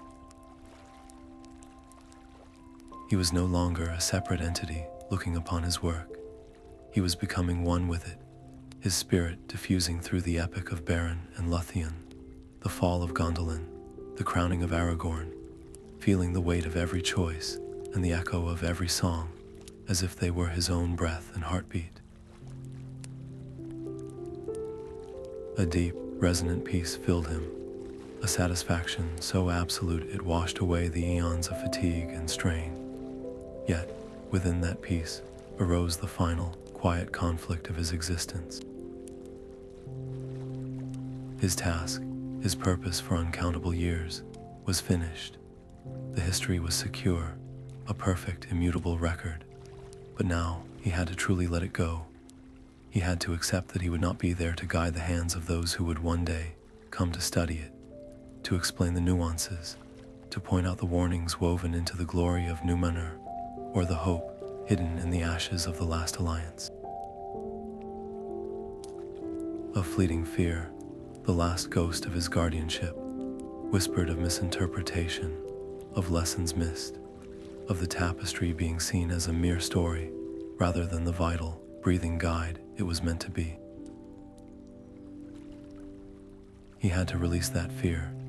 He had to trust in the wisdom of those who would seek, trust in the clarity of the truths he had woven, trust that the tapestry itself, now alive with his own spirit, would provide the understanding that was needed. His final decision was not one of action, but of inaction. He chose to step back, to withdraw his conscious will from the loom entirely. He would not be a curator hovering over his exhibit, but a silent presence within it, a whisper on the edge of perception for those who listened closely enough. The truths were all there, open and available to any eye and any heart willing to learn from them. With that choice, the ultimate stakes of his personal journey were finally met. The preservation of Arda's memory was eternally secure, a gift for all time, but the cost was the end of Vair the Weaver as a singular being. His incredible journey, which began with a trembling hand selecting a thread of starlight, was now complete. There was no more to give, no more to record, no more to guard. His work was done. The luminous glow of the tapestry began to steady, its light softening into a constant, gentle radiance that filled the silent hall. Vair felt the last vestiges of his individual form dissolving, not into nothingness, but into the vast, beautiful whole he had created. He was the memory now. He was the joy of the two lamps, the sorrow of the Silmarils, the courage of the hobbits, and the hope of the Fourth Age. A final, contented sigh, not of air but of spirit, passed through him. There was no pain, no regret, only the deep, quiet fulfillment of a promise, kept beyond all measure. His hands fell still upon the frame of the loom, their work finally, utterly complete. And as Vair's hands fell still for the final time, a profound and absolute silence descended upon the hall, a silence not of emptiness, but of fulfillment. His gaze, though the light in his eyes was fading, swept across the immense expanse of the completed tapestry. It was all there. Every sunrise over Cuiviénen, every note of the first elven song, the towering majesty of the two trees, the desperate courage of Beren and Lúthien, the crushing fall of Gondolin, the unbreakable bond of the fellowship, and the quiet coronation of the king who was to heal the world. He saw not just events, but the connections between them, the tiny thread of a single hobbit's loyalty, woven right beside the cataclysmic thread of a fallen Vala's rage, each given equal weight in the grand, intricate pattern of truth. In that breathtaking totality, he did not see a chronicle of separate struggles, but a single, magnificent story of a world forever choosing light, even when shrouded in its deepest shadows. A peace, warmer and more solid than any he had ever known, settled deep within what remained of his spirit. The memory was secure. It was whole. It would never be lost, never be forgotten, never be twisted by the lies of the shadow. His great task, the purpose that had sustained him for the entire life of Arda, was complete. He could feel the final flicker of his own strength, guttering out, the last ember of the brilliant light he had poured into the weave for ages beyond count. There was nothing left to give, and yet, as that individual consciousness began to fade, he felt not an ending, but a magnificent transformation. His spirit did not vanish into the void. It unraveled from its singular form and flowed gently, seamlessly, into the tapestry itself. He became the silver sorrow in the thread of the Elves' farewell, the golden courage in the charge of the Rohirrim, the steadfast brown of the Hobbit's loyalty, and the clear, hopeful blue of the Fourth Age's dawn. He was no longer the weaver looking upon his work. He was the memory he had preserved. He was a silent, eternal guardian, woven into the very fabric of existence, a permanent part of the story, ensuring that any who ever beheld this history would feel not just the facts of what happened, but the truth behind them, the love that fueled the sacrifices, the hope that defied the despair, the profound, unbreakable beauty of a world worth fighting for. His tale, the tale of the trembling weaver who gave all of himself so that others might remember, was now the final, binding thread in the epic. It was the subtle, shimmering truth that held every other story together, the quiet understanding that history is not a cold record, but a living, breathing thing made of countless choices and countless acts of courage. Vair, the individual, was gone, but Vair, the essence, the guardian, the truth, would live on forever in every scene, in every thread, in every heart that ever learned from the woven tale of Arda. The loom was finally, perfectly still. The great work was done, and the memory of the world was now, and would always be,